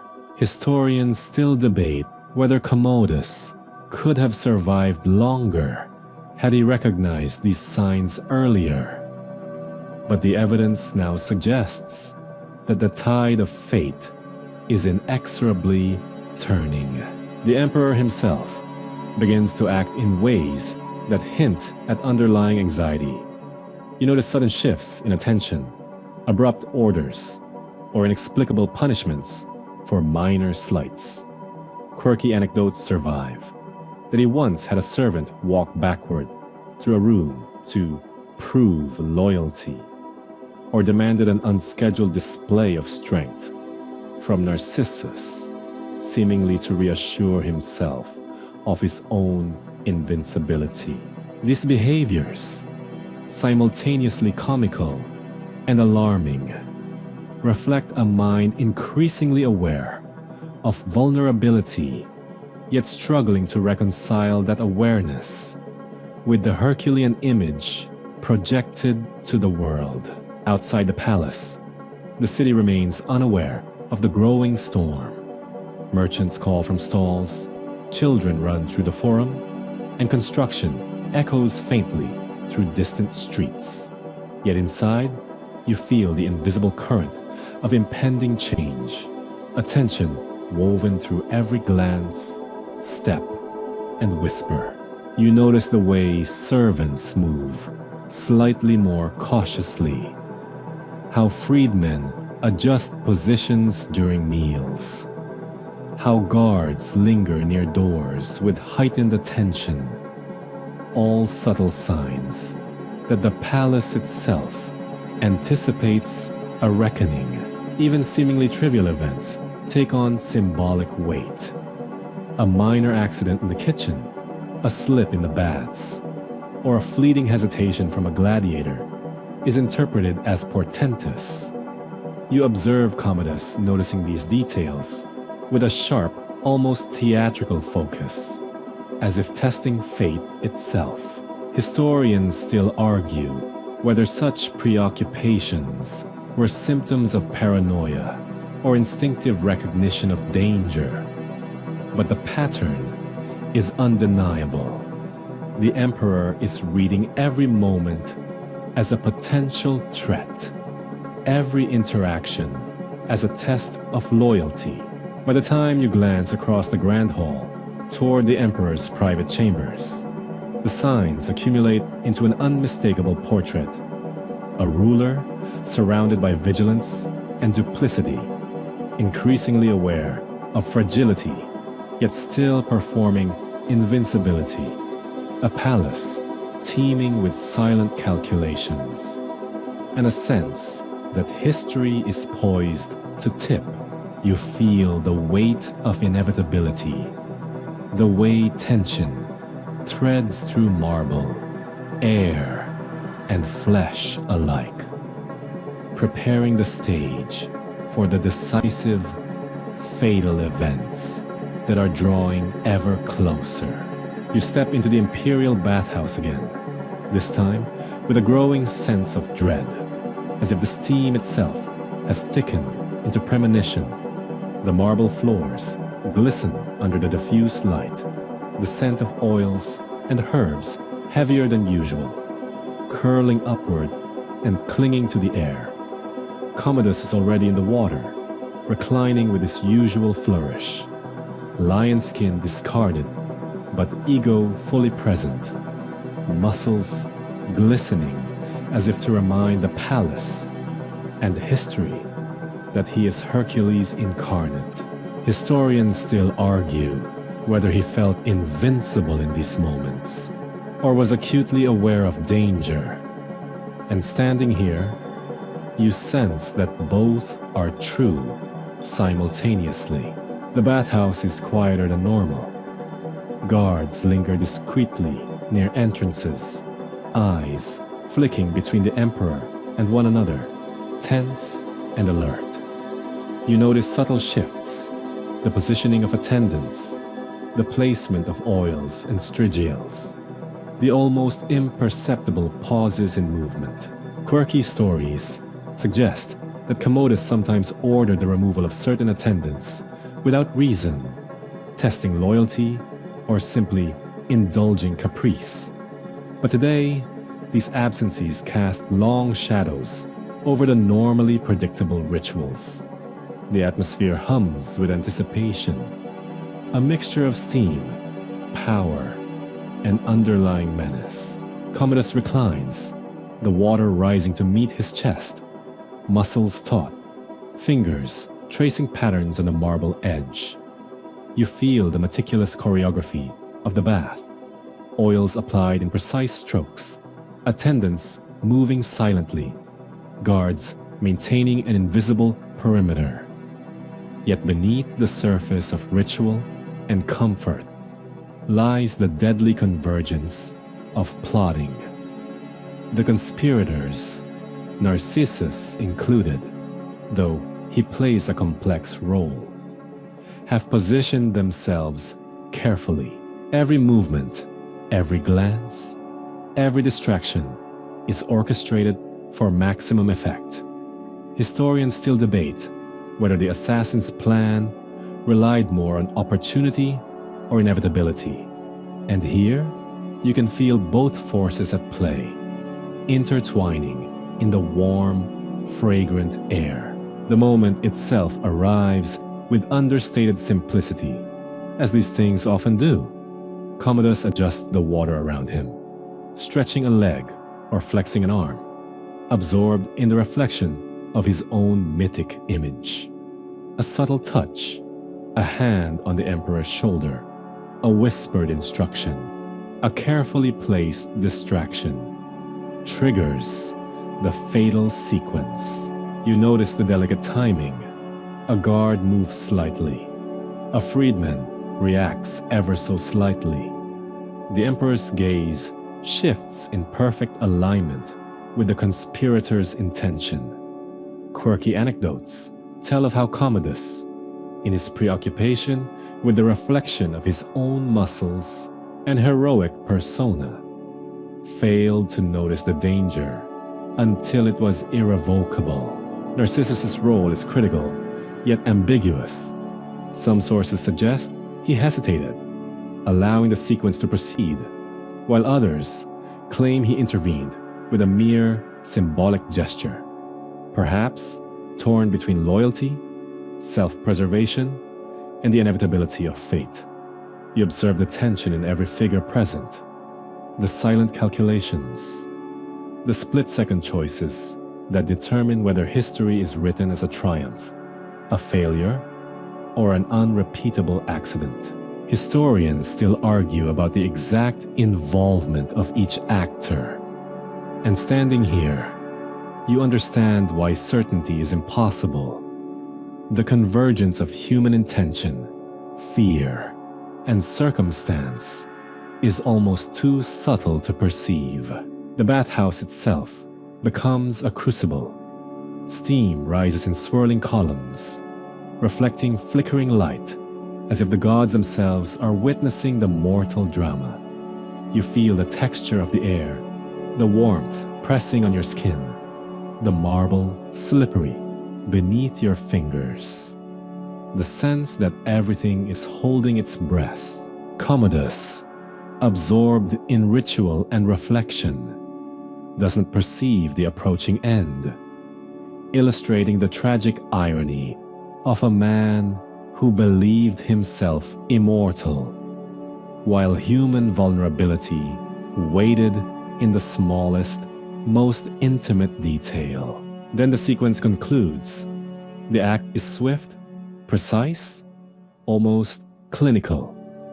You see the sudden tension, the subtle struggle, the shock and disbelief, all compressed into a few heartbeats. The bathwater ripples as if startled, the fragrance of oils mingling with the invisible trace of mortality.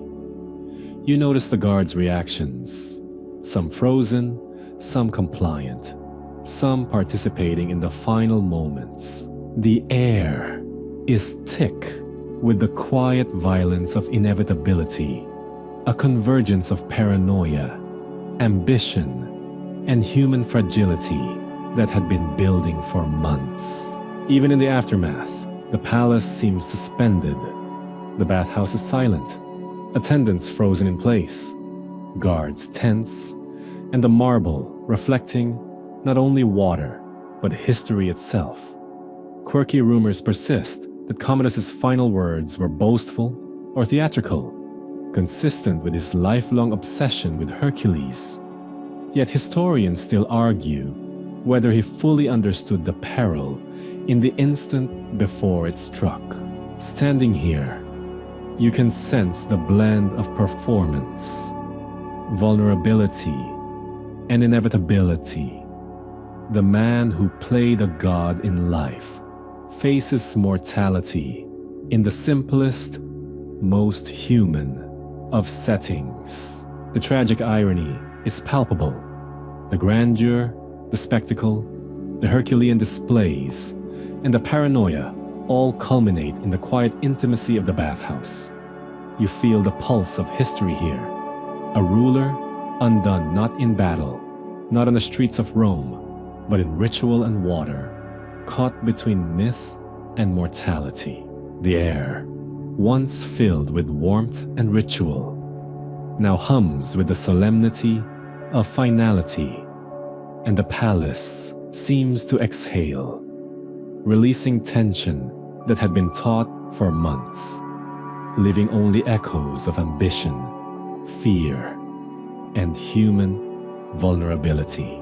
You step out of the bathhouse into corridors that feel suddenly hollow, the echoes of footsteps and whispers reverberating like the distant tolling of a funeral bell. News of Commodus's death spreads rapidly, though carefully filtered by the Praetorian Guard and trusted freedmen, leaving courtiers and servants to piece together fragments and rumors. The city itself remains largely unaware at first, but you feel the tension like a rising tide, a palpable vibration moving through the marble and stone of the palace and outward into the streets.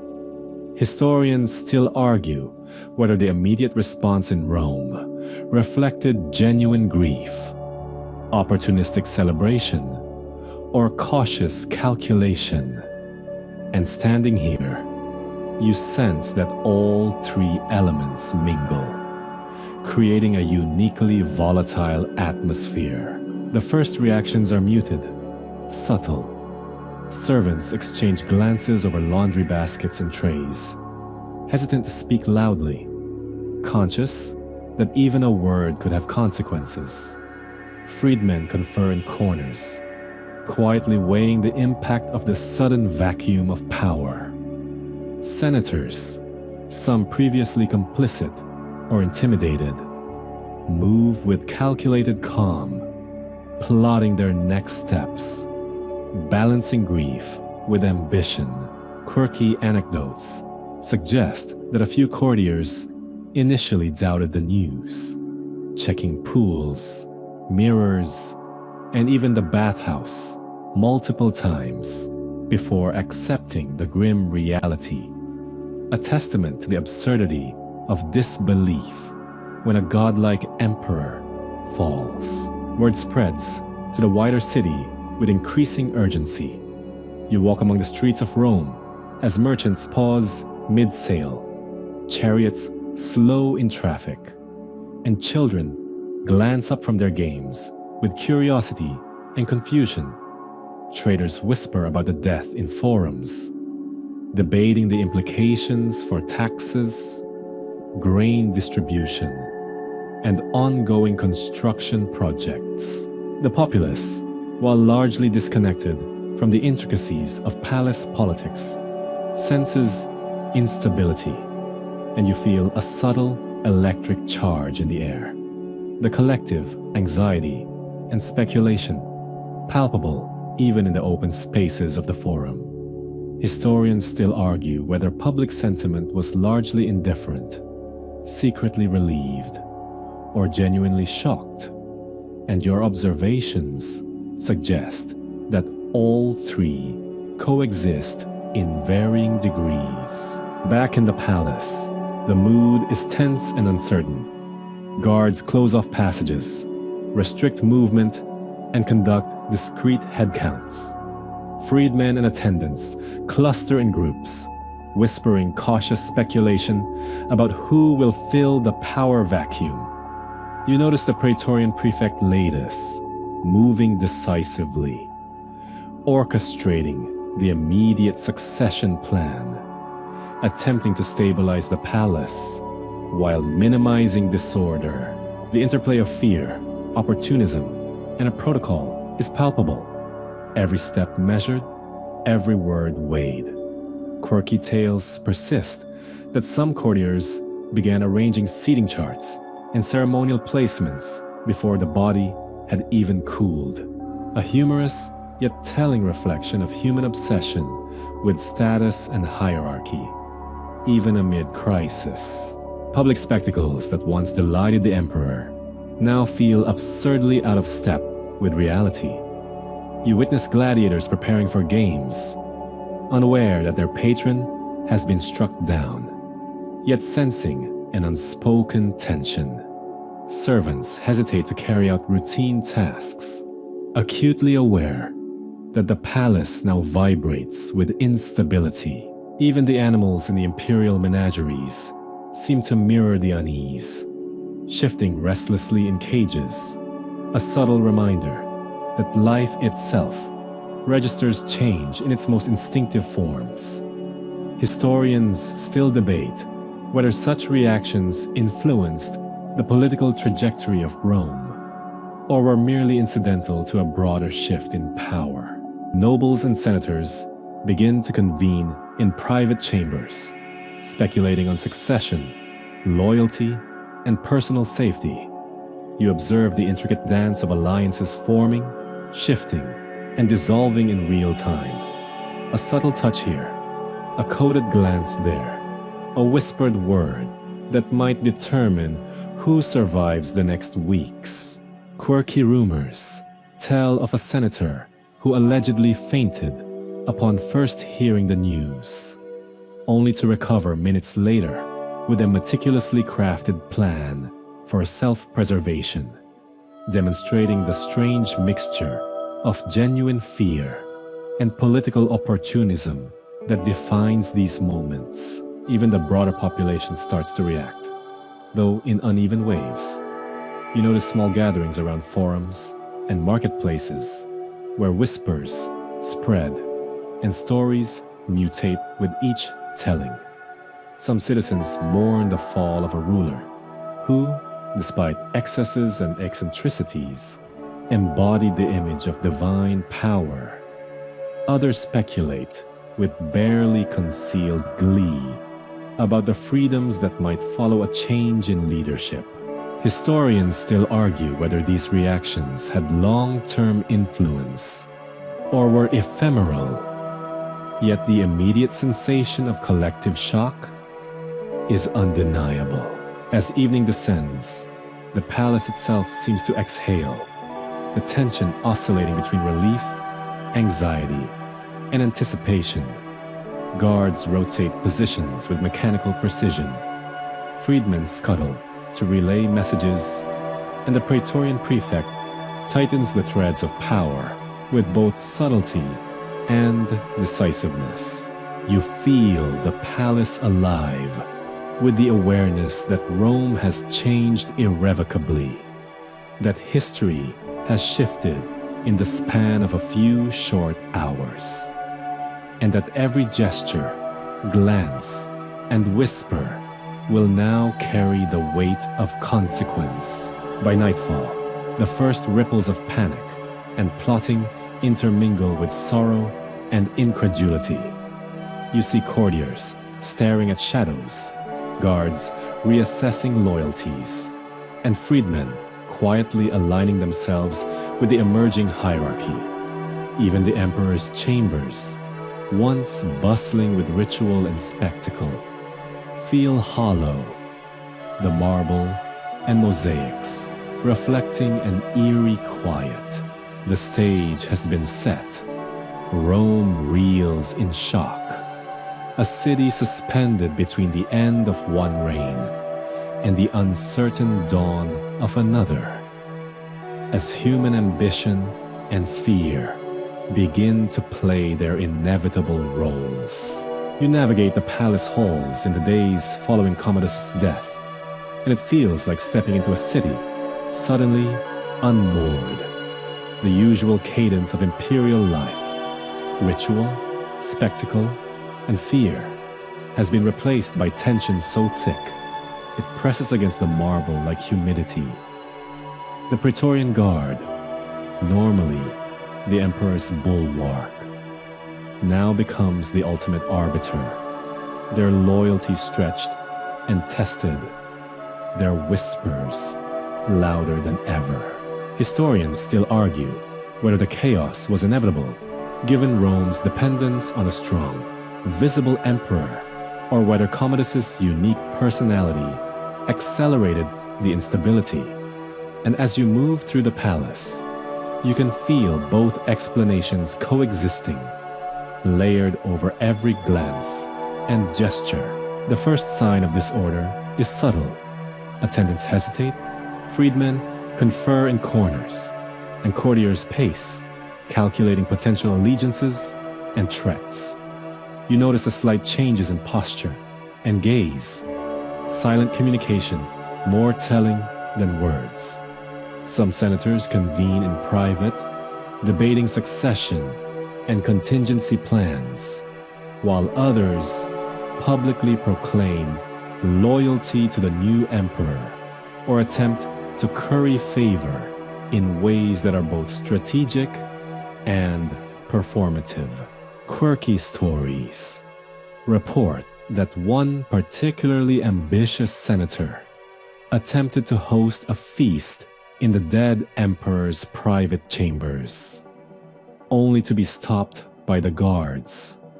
A humorous yet revealing display of opportunism in times of uncertainty. The Praetorian Guard's influence cannot be overstated. You feel it in the weighted looks of soldiers, the subtle positioning of cohorts, and the quiet calculation in every movement. They become kingmakers overnight, negotiating, threatening, and balancing ambition with self-preservation. Freedmen and courtiers observe, adapt, and sometimes manipulate these interactions to their advantage. Historians still argue whether this moment marked the ultimate assertion of military power over civil authority in Rome, or was simply a reflection of long-standing structural realities. You notice tension spilling into every ritual and routine. Meals, previously predictable and ceremonial, now feel charged with speculation. Courtiers whisper under the guise of casual conversation. Servants delay deliveries, observing reactions to minor adjustments. Guards check for hidden intentions in every glance. The entire palace functions like a living organism, its survival dependent on reading subtle cues, anticipating dangers, and aligning quickly with those perceived as ascendant. Quirky anecdotes suggest that one freedman carried a small scroll listing potential successors with secret notes, crossing paths with the Praetorian prefect multiple times in a silent dance of intrigue. The city itself begins to respond in fits and starts. News of the emperor's death spreads unevenly. Some citizens panic, fearing disorder and famine, while others speculate about potential advantages under a new ruler. Markets fluctuate, construction projects slow, and gossip travels faster than official messages. You move among the forums and see the mixture of anxiety, opportunism, and sheer curiosity, a chaotic reflection of what is happening inside the palace. Historians still debate whether the city's reaction influenced the speed or direction of succession, but the effect of uncertainty is unmistakable. Rome is a live wire, buzzing with anticipation and fear. Courts and councils attempt to convene, but progress is halting. You observe arguments over legitimacy, authority, and loyalty stretching in the late hours, each faction leveraging relationships with guards, freedmen, and other influential actors. Even minor decisions, allocation of grain, appointments to minor offices, or ceremonial honors, carry disproportionate weight as they symbolize alignment in the new order.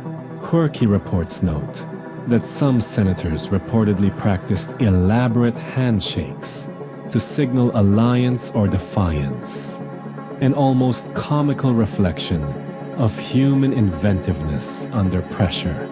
Amid this uncertainty, Narcissus emerges as a stabilizing presence, though the exact nature of his influence is complex. You sense his quiet observation, positioning himself subtly to guide or prevent missteps, acting as both shield and intermediary.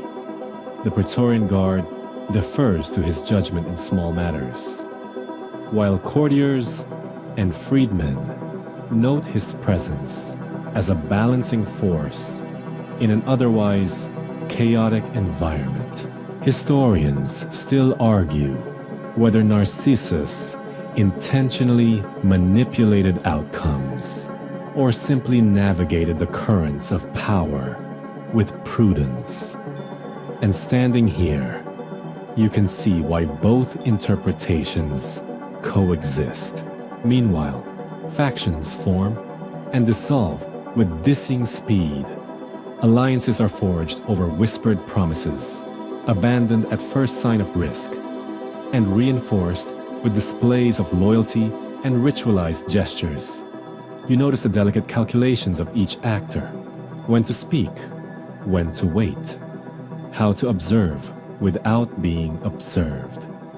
The palace becomes a theater of strategy, every glance and movement a subtle communication in a game where a single misstep could mean ruin or sudden elevation. Even the physical space of the palace seems affected by the tension. You feel corridors longer, ceilings lower, rooms somehow heavier, as if the architecture itself absorbs and reflects the anxiety of those within. Guards linger near doorways, freedmen pause mid-step, and courtiers constantly adjust their positions in relation to one another. Historians still debate whether this perception of space was psychological, architectural, or a combination. But in your experience, the palace pulses with invisible pressure, and every step carries weight. By the time evening settles over Rome, the chaos is pervasive, yet strangely ordered, a paradox of human organization under stress. You witness the nervous energy of courtiers, the calculating movements of the guards, and the cautious maneuvering of freedmen, all orchestrating survival and ambition in real time. The palace is a web of tension, uncertainty, and opportunity, and you feel, in every echo and shadow, that the power vacuum left by Commodus has become a crucible, shaping the city, its elite, and its history in profound, irreversible ways. You step back into the streets of Rome, and the city feels like a living organism convulsing under sudden shock.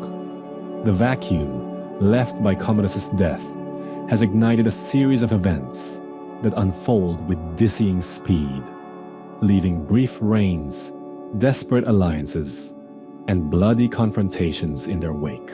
You notice the subtle shift in energy. Courtiers, once cautious, now act with audacious self-interest.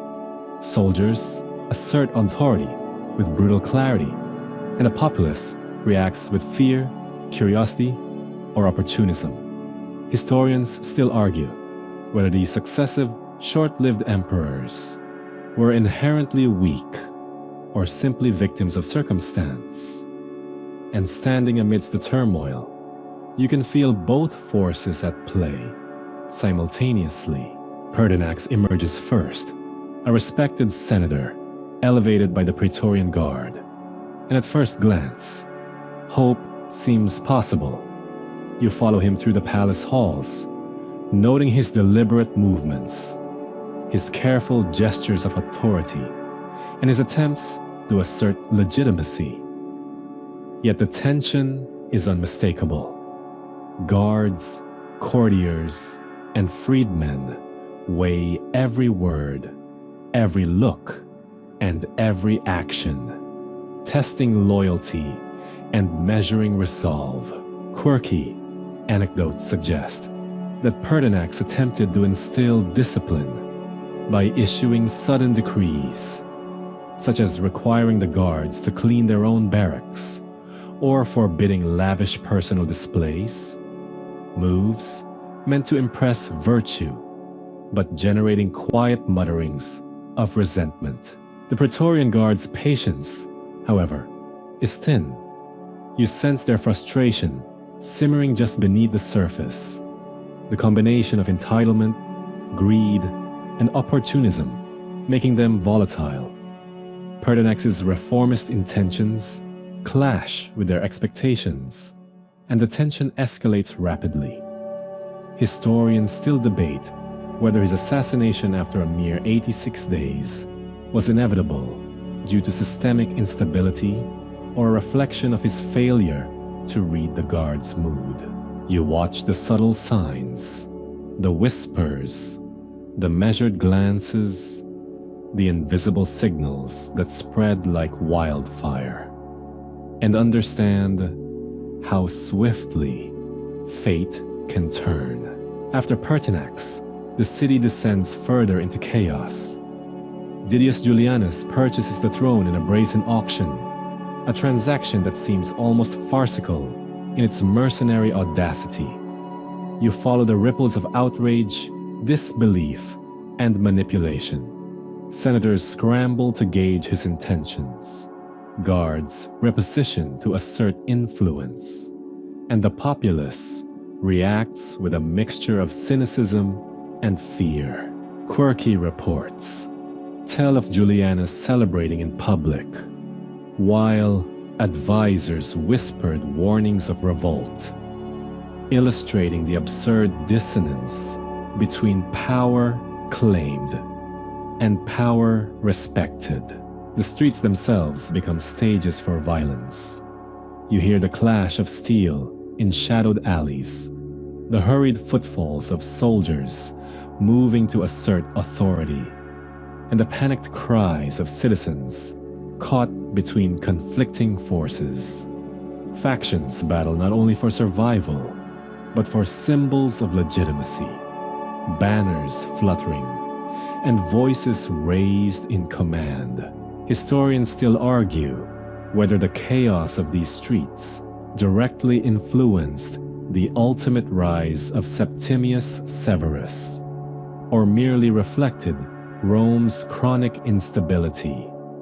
Yet the raw human urgency is palpable as you move through the throng. Severus enters the scene with calculated precision. You notice his measured approach. Armies loyal to him converge on the city. Tactical displays of force assert dominance, and he positions himself as both avenger and stabilizer. The city reacts in waves. Courtiers align with perceived power. Soldiers shift loyalties under pressure. And citizens watch, often helpless, as one claim to authority supplants another in a dizzying rhythm. Quirky anecdotes suggest that Severus conducted symbolic rituals, inspecting the old imperial palaces and even hosting mock triumphs to consolidate support and project legitimacy, blending spectacle with strategy. Amid these rapid successions, the human cost is stark. You move past minor skirmishes and see the fearful expressions of those caught between soldiers, courtiers, and mob sentiment. Even in areas untouched by direct violence, anxiety permeates every conversation and every movement. Freedmen and attendants navigate the shifting allegiances with caution, their loyalties fluid and adaptive, aware that survival requires constant vigilance. Historians still argue whether the instability was a consequence of structural weaknesses in imperial succession or an inevitable outcome of the preceding emperor's excesses. And you feel the complexity in every encounter, every glance. The city's architecture itself bears witness. You notice gates reinforced in haste, temporary barriers erected across forums, and the occasional sign of hurried repairs as the machinery of civic order struggles to maintain control. Streets, once bustling with commerce, now thrum with a combination of fear, rumor, and tactical posturing. Quirky stories suggest that some citizens attempted to profit by selling maps of troop positions or offering insider information on factional alliances. a small yet telling reflection of opportunism amid disorder. Through the chaos, the pulse of history is undeniable. Each brief reign leaves its mark, decrees issued and overturned, alliances formed and shattered, and the lessons of instability etched into the psyche of those who survive.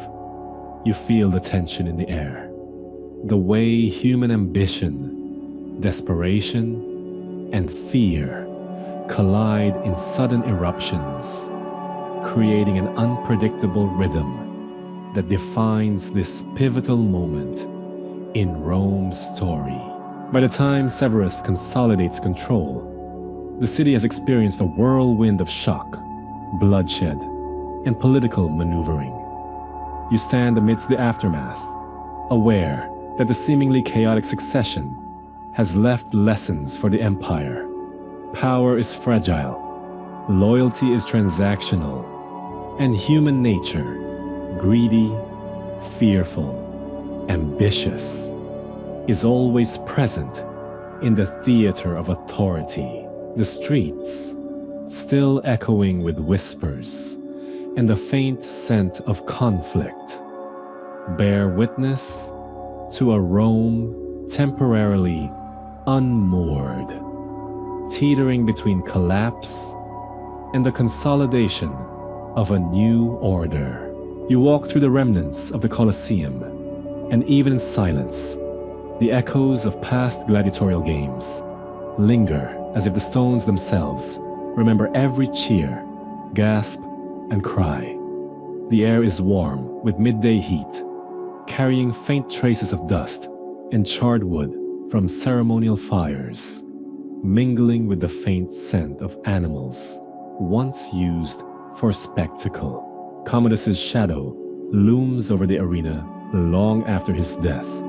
His obsession with performing as Hercules, fighting in the sand, and mingling theatricality with lethal combat, leaving a legacy both macabre and mesmerizing. Historians still argue whether these games reflected a calculated political tool or simply the emperor's personal vanity.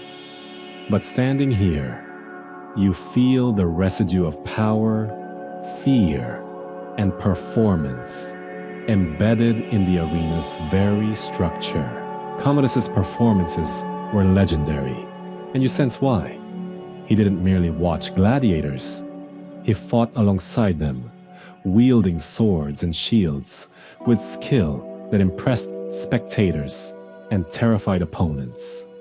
You imagine the cheers echoing through the stands, the scent of sweat and blood thick in the air, and the tension of every duel magnified by the knowledge that the emperor himself was at risk.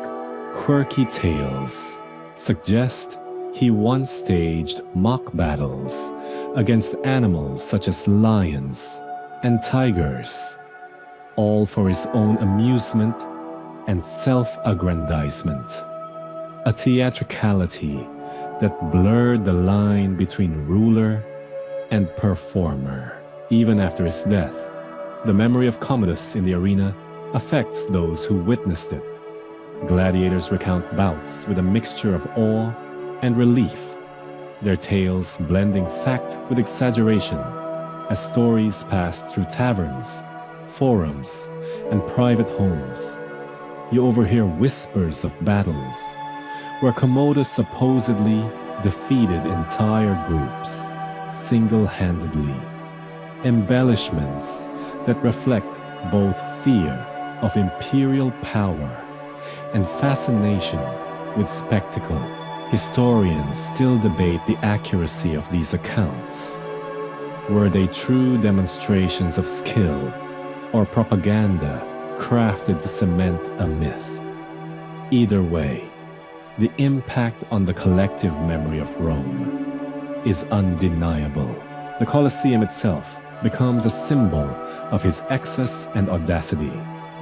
You notice the way the architecture, tiered seating, subterranean cages, and intricate trapdoors facilitate spectacle and control, reinforcing the emperor's persona. Servants and gladiators alike recall the meticulous attention Commodus paid to every detail, from lighting to positioning, a reflection of his obsession with theatricality. Quirky anecdotes claim he once demanded to be addressed as Hercules Romanus during games, and any deviation from this ritual could provoke fear or subtle reprisals, a bizarre mixture of reverence and absurdity that only someone of Commodus's temperament could command. Even the psychological impact endures.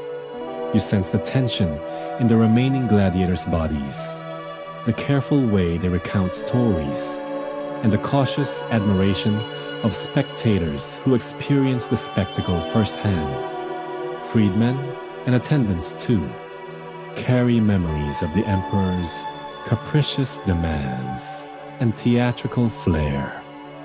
Their retellings, a mix of entertainment, cautionary tale, and personal trauma. Historians still argue whether Commodus's participation in combat inspired the city's populace or undermined imperial dignity. And here, in the arena, the ambiguity is palpable. Awe, fear, and amusement intermingle with a faint tang of old blood and sweat. The political resonance of these spectacles lingers. You notice senators and courtiers referencing past games as a reminder of imperial authority, a tool of intimidation, and a subtle critique. Commodus's blending of performance and governance created a theater where power was both literal and symbolic, where combat and politics intersected. Quirky stories suggest that some senators secretly wagered on whether the emperor would perform certain feats, a macabre form of gambling that illustrates how spectacle and power became entwined. The architectural echoes of his gladiatorial obsession serve as reminders of a broader cultural tension. You see the empty seats and imagine the murmurs of awe and anxiety that once filled them. Historians still debate whether the popularity of such spectacles strengthened Rome's cohesion or revealed the fragility of its political culture.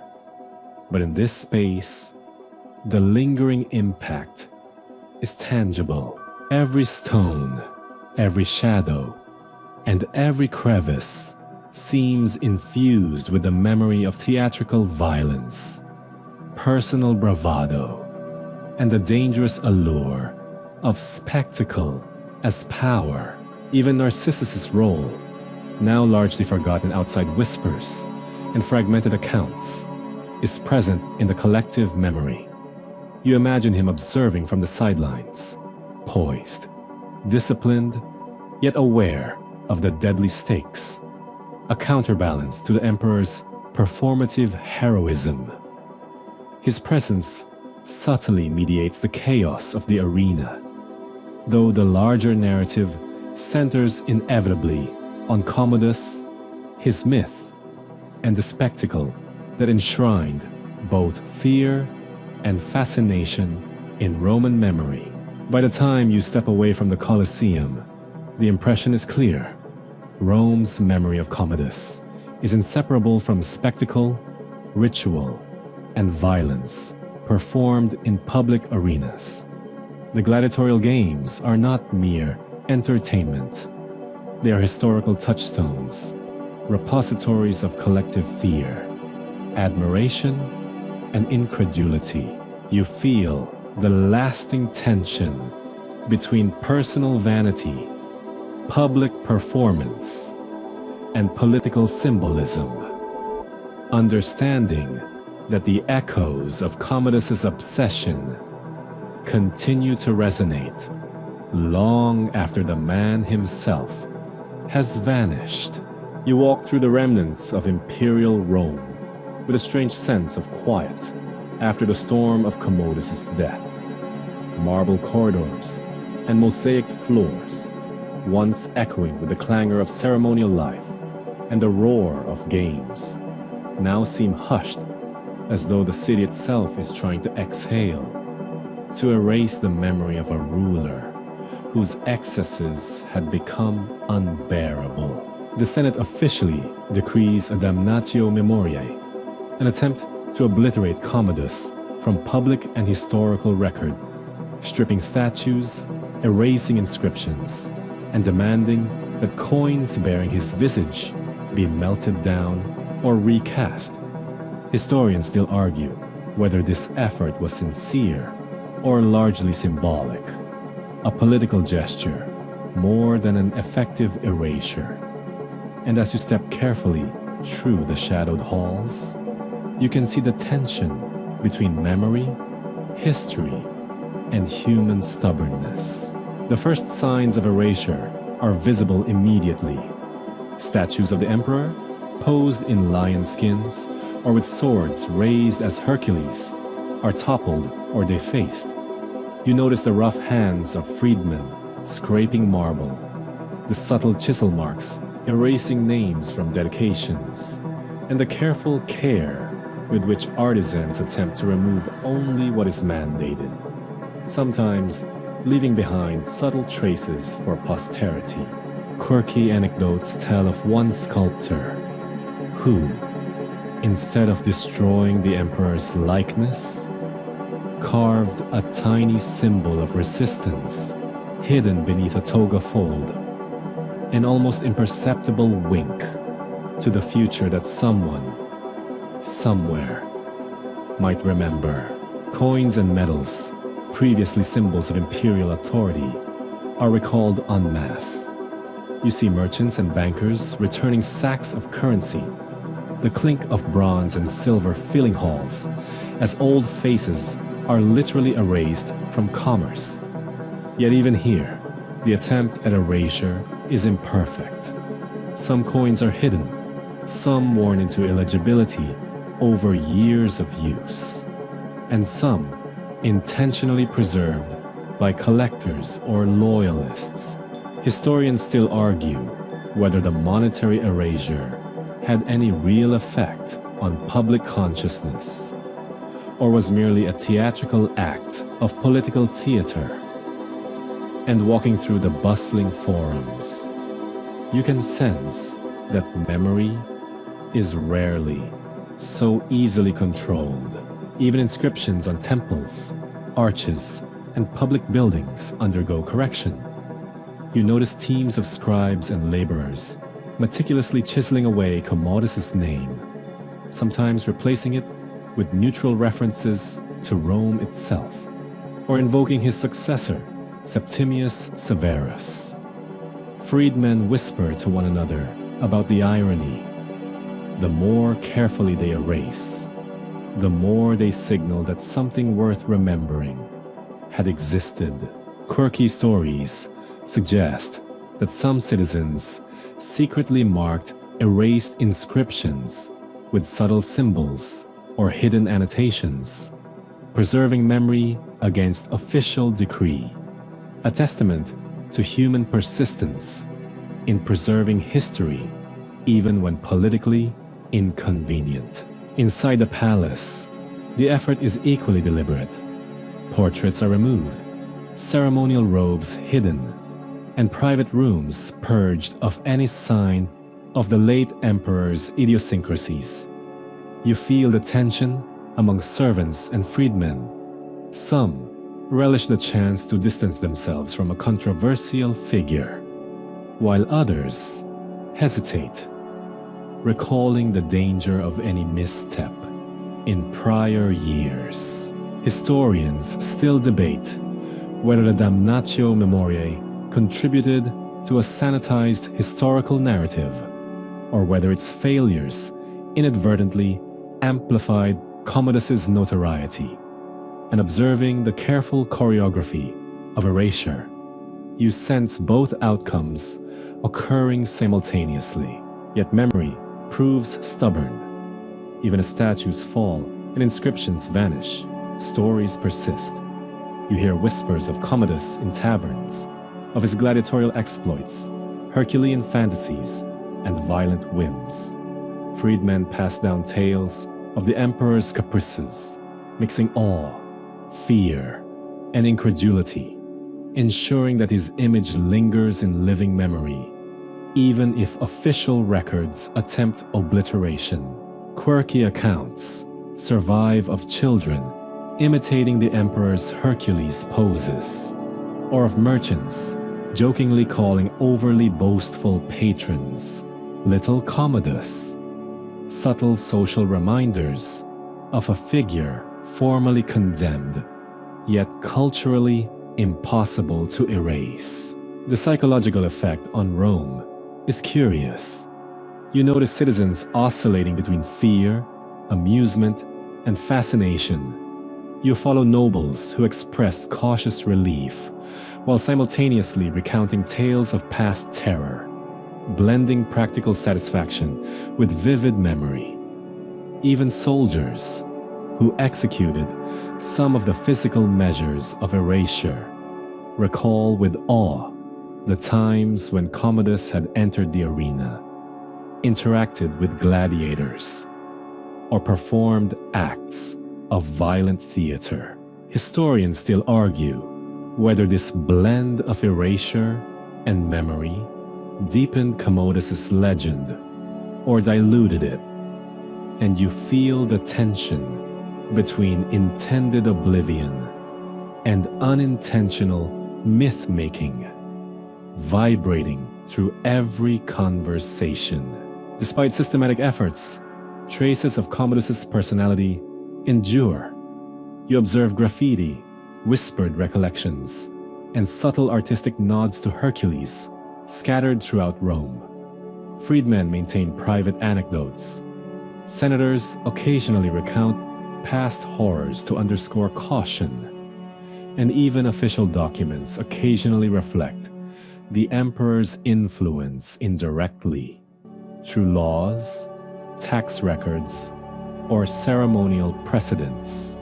Quirky stories tell of artisans who carved tiny lion motifs into unrelated works, a private wink to the memory of a man who insisted on Hercules' persona in every room. Historians still debate whether these residual memories fundamentally shaped later perceptions of imperial authority. And moving through the streets and palaces, you can sense that human recollection proves more resilient than any decree. By the time the Damnatio Memoriae campaign subsides, you realize that Rome has simultaneously erased and preserved its controversial emperor. Marble is defaced, coins recalled, and inscriptions rewritten. Yet the stories, the fears, the awe, and even the humor remain vibrant in the collective consciousness.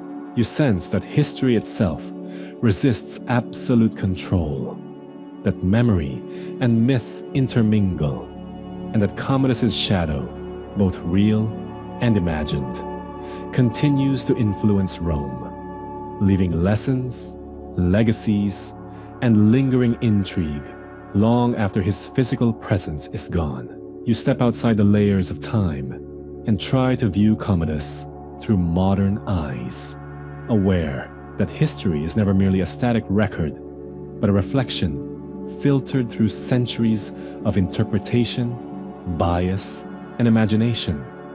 The marble, the mosaics, the echoes of the Colosseum, and the fragments of inscriptions all offer evidence.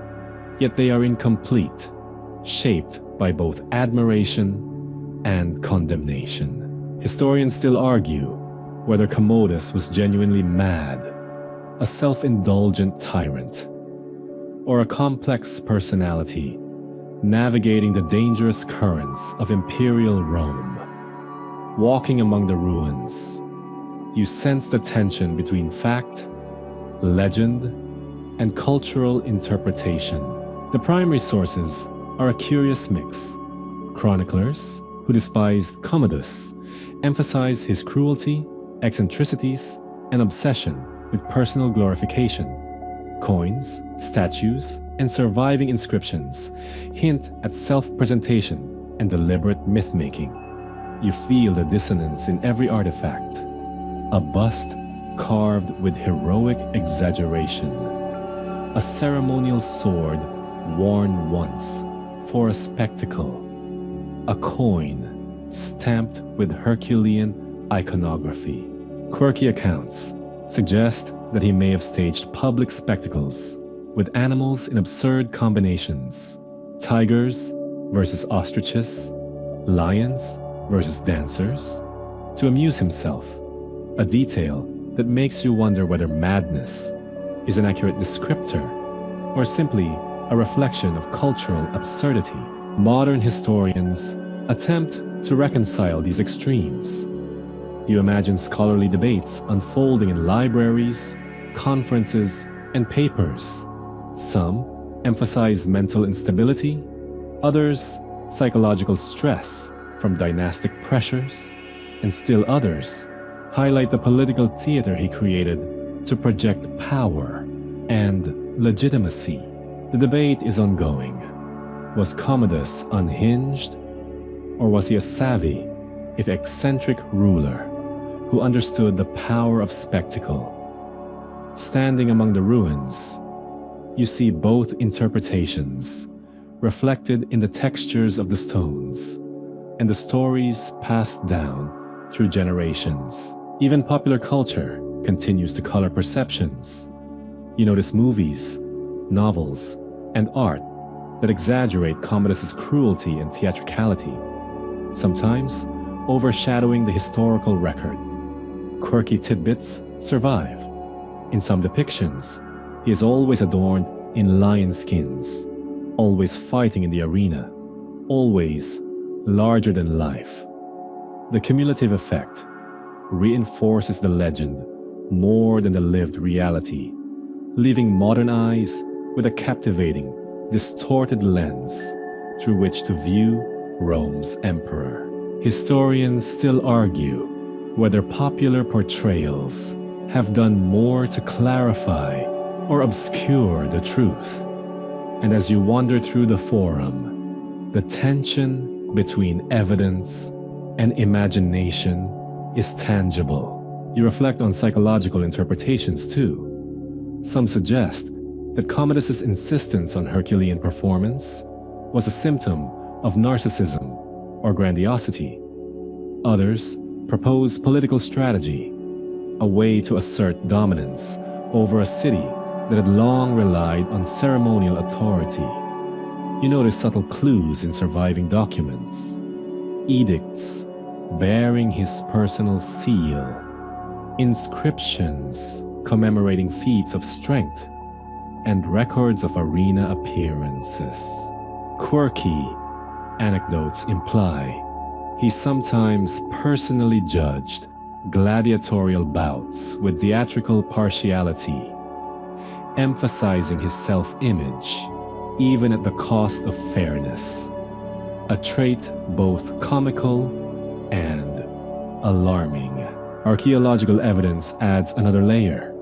You trace pathways through the Colosseum, examining wear on stone steps, remnants of subterranean cages, and the architecture of audience seating. Each detail provides insight into how the emperor's spectacles shaped Roman life and social hierarchy, blending fear, entertainment, and political messaging. Historians still debate whether Commodus's performative acts undermined imperial dignity or enhanced it by projecting strength directly to the populace, a question you can feel in the grooves and echoes of the arena itself. Even the Damnatio Memoriae complicates the picture. You walk among the partially defaced inscriptions and mutilated statues, noting how official attempts to erase Commodus, paradoxically, highlight the very traits they sought to suppress. Citizen stories, graffiti, and minor artistic references persist, preserving fragments of his image in ways that official records cannot fully control. Quirky accounts suggest that children imitated Herculean poses long after his death, blending mockery with homage, a testament to the endurance of spectacle and the difficulty of erasing a cultural icon entirely. Modern eyes are also drawn to the human elements: fear, ambition, survival. You consider the Praetorian Guard, Narcissus, senators, and freedmen, each navigating a world shaped by Commodus's personality and rule. The psychological ripple effects of his excesses and obsession with performance illuminate patterns of loyalty, manipulation, and human ambition. Historians still argue whether the enduring fascination with Commodus reveals more about him or about our cultural obsession with spectacle, excess, and the thin line between genius and madness.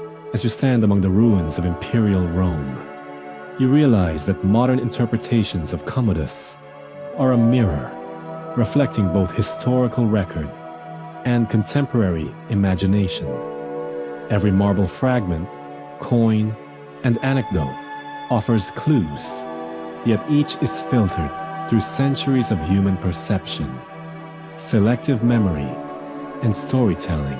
You sense the enduring tension between evidence and myth, and the way history continues to shape, distort, and fascinate those who look back with curiosity, horror, or amusement.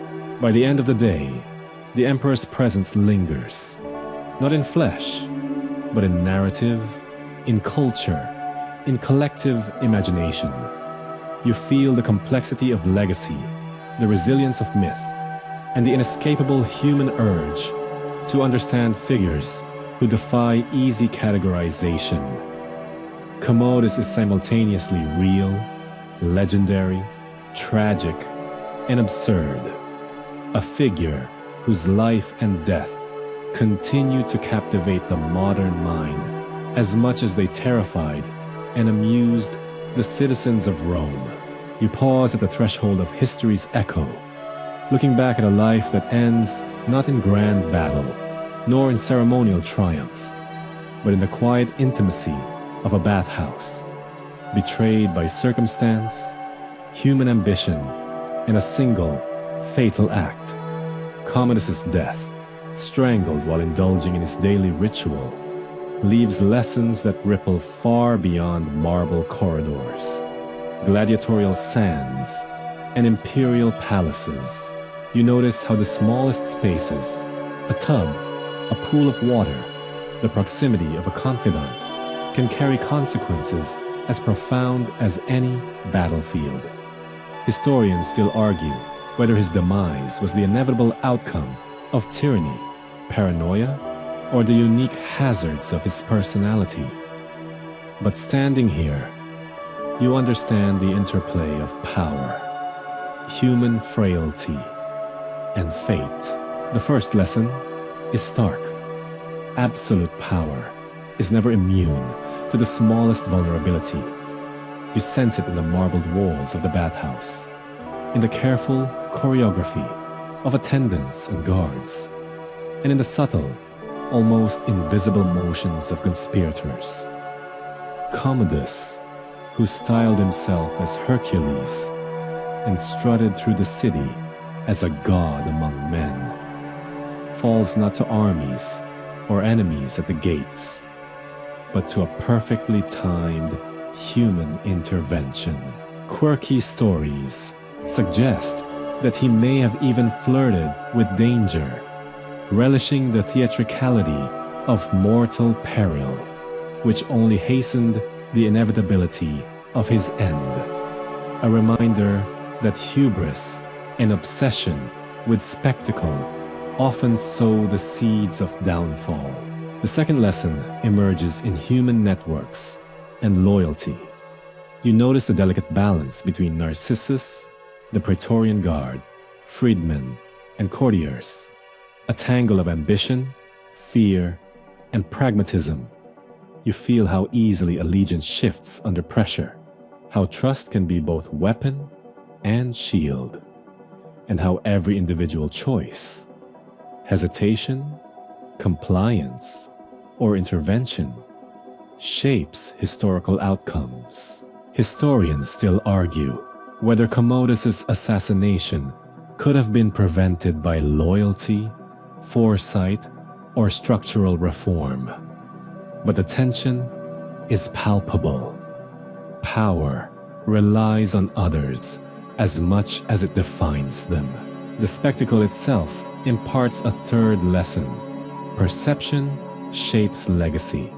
You imagine the emperor absorbed in his reflection, unaware that performance and reality are about to collide. The bathhouse becomes a stage for human ambition, a theater where myth, fear, and strategy converge. Quirky anecdotes suggest that even after his death, citizens joked about Hercules reclining in hot water, blending mockery with awe, a subtle reminder that how one is remembered often differs from how one lived.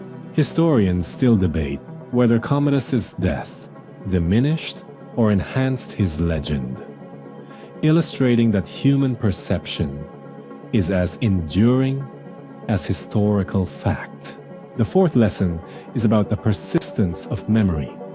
Despite the Senate's damnatio memoriae, stories, graffiti, coins, and whispered tales preserve fragments of his persona, both heroic and absurd. You observe how attempts at erasure often amplify legacy. The very act of trying to remove a figure from memory signals the power they once held. Quirky details survive, like children imitating Herculean poses, freedmen secretly preserving anecdotes, and minor artworks that nod to the emperor's excesses. Historians still argue whether memory or myth defines legacy more strongly, and you can see how both coexist, shaping cultural consciousness. Finally, the end of Commodus teaches about the fragility of stability. Rome, teetering through rapid successions, public unrest, and political intrigue, reflects a system where personal excess, human error, and sudden events can destabilize centuries of governance. You notice the subtle echoes in subsequent reigns, reforms, cautionary tales, and the careful management of public perception, all informed by the lessons of hubris, spectacle, and human vulnerability.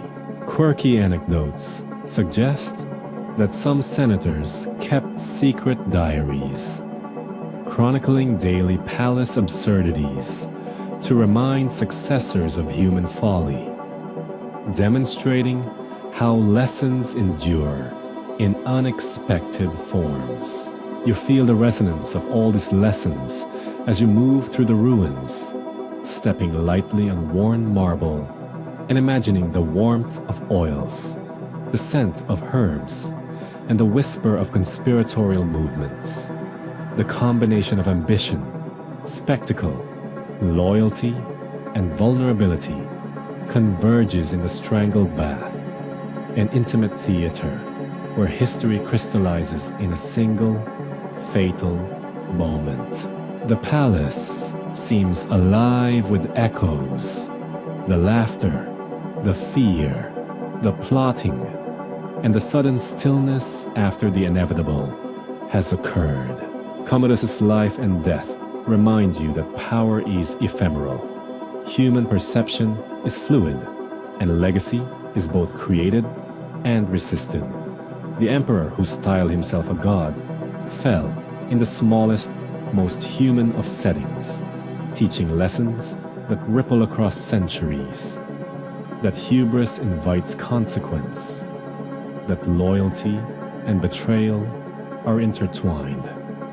that spectacle can both elevate and destroy, and that memory persists even when history tries to erase it. Standing here, you absorb the quiet, somber, and sometimes absurd truths of human nature, aware that the strangled bath is both an ending and an enduring mirror of ambition, fear, and the peculiar theater of life. You sink into a quiet rhythm, letting the echo of Rome settle around you like dust on marble. The grand arenas, echoing baths, and ornate halls are silent now, their stories preserved in fragments of stone, coin, and memory. You can almost feel the pulse of the city in the distant footsteps of courtiers, the cautious whispers of freedmen, and the shuffling of guards long gone. A reminder that history is never truly still. In this quiet, the spectacle of Commodus's life, his hubris, theatrics, and ultimate vulnerability feels both distant and immediate, a story that exists somewhere between myth and reality, horror and absurdity. Imagine standing in the Colosseum as sunlight glints off worn stones, the faint scent of dust and iron in the air, and shadows stretch across the arena floor, where emperors once danced with lions, where human ambition met spectacle in a theater of power. You think about the bathhouse, that intimate stage where life and death collided, and you recognize the fragility of human plans, the subtle ways power can unravel, and the unpredictable intersection of personal obsession and collective consequence. Each stone and mosaic carries lessons for anyone willing to listen about hubris, loyalty, perception, and the enduring weight of memory. Even as Rome faded into centuries of change, the story of Commodus lingers, not only in chronicles or coins, but in the imagination, his excesses, his mythic pretensions, and the small, fatal details that ended his life. You reflect on the paradox of history. Attempts at erasure often preserve memory, and the extraordinary can survive through ordinary traces, whispered tales, or tiny, persistent symbols. Lean back, let the quiet wash over you, and feel the human patterns echo: ambition, folly, fear, and spectacle, the threads that weave the tapestry of our shared story. Now, take a deep breath. Release the tension of centuries colliding in your mind, and let the night settle softly around you. Sweet dreams.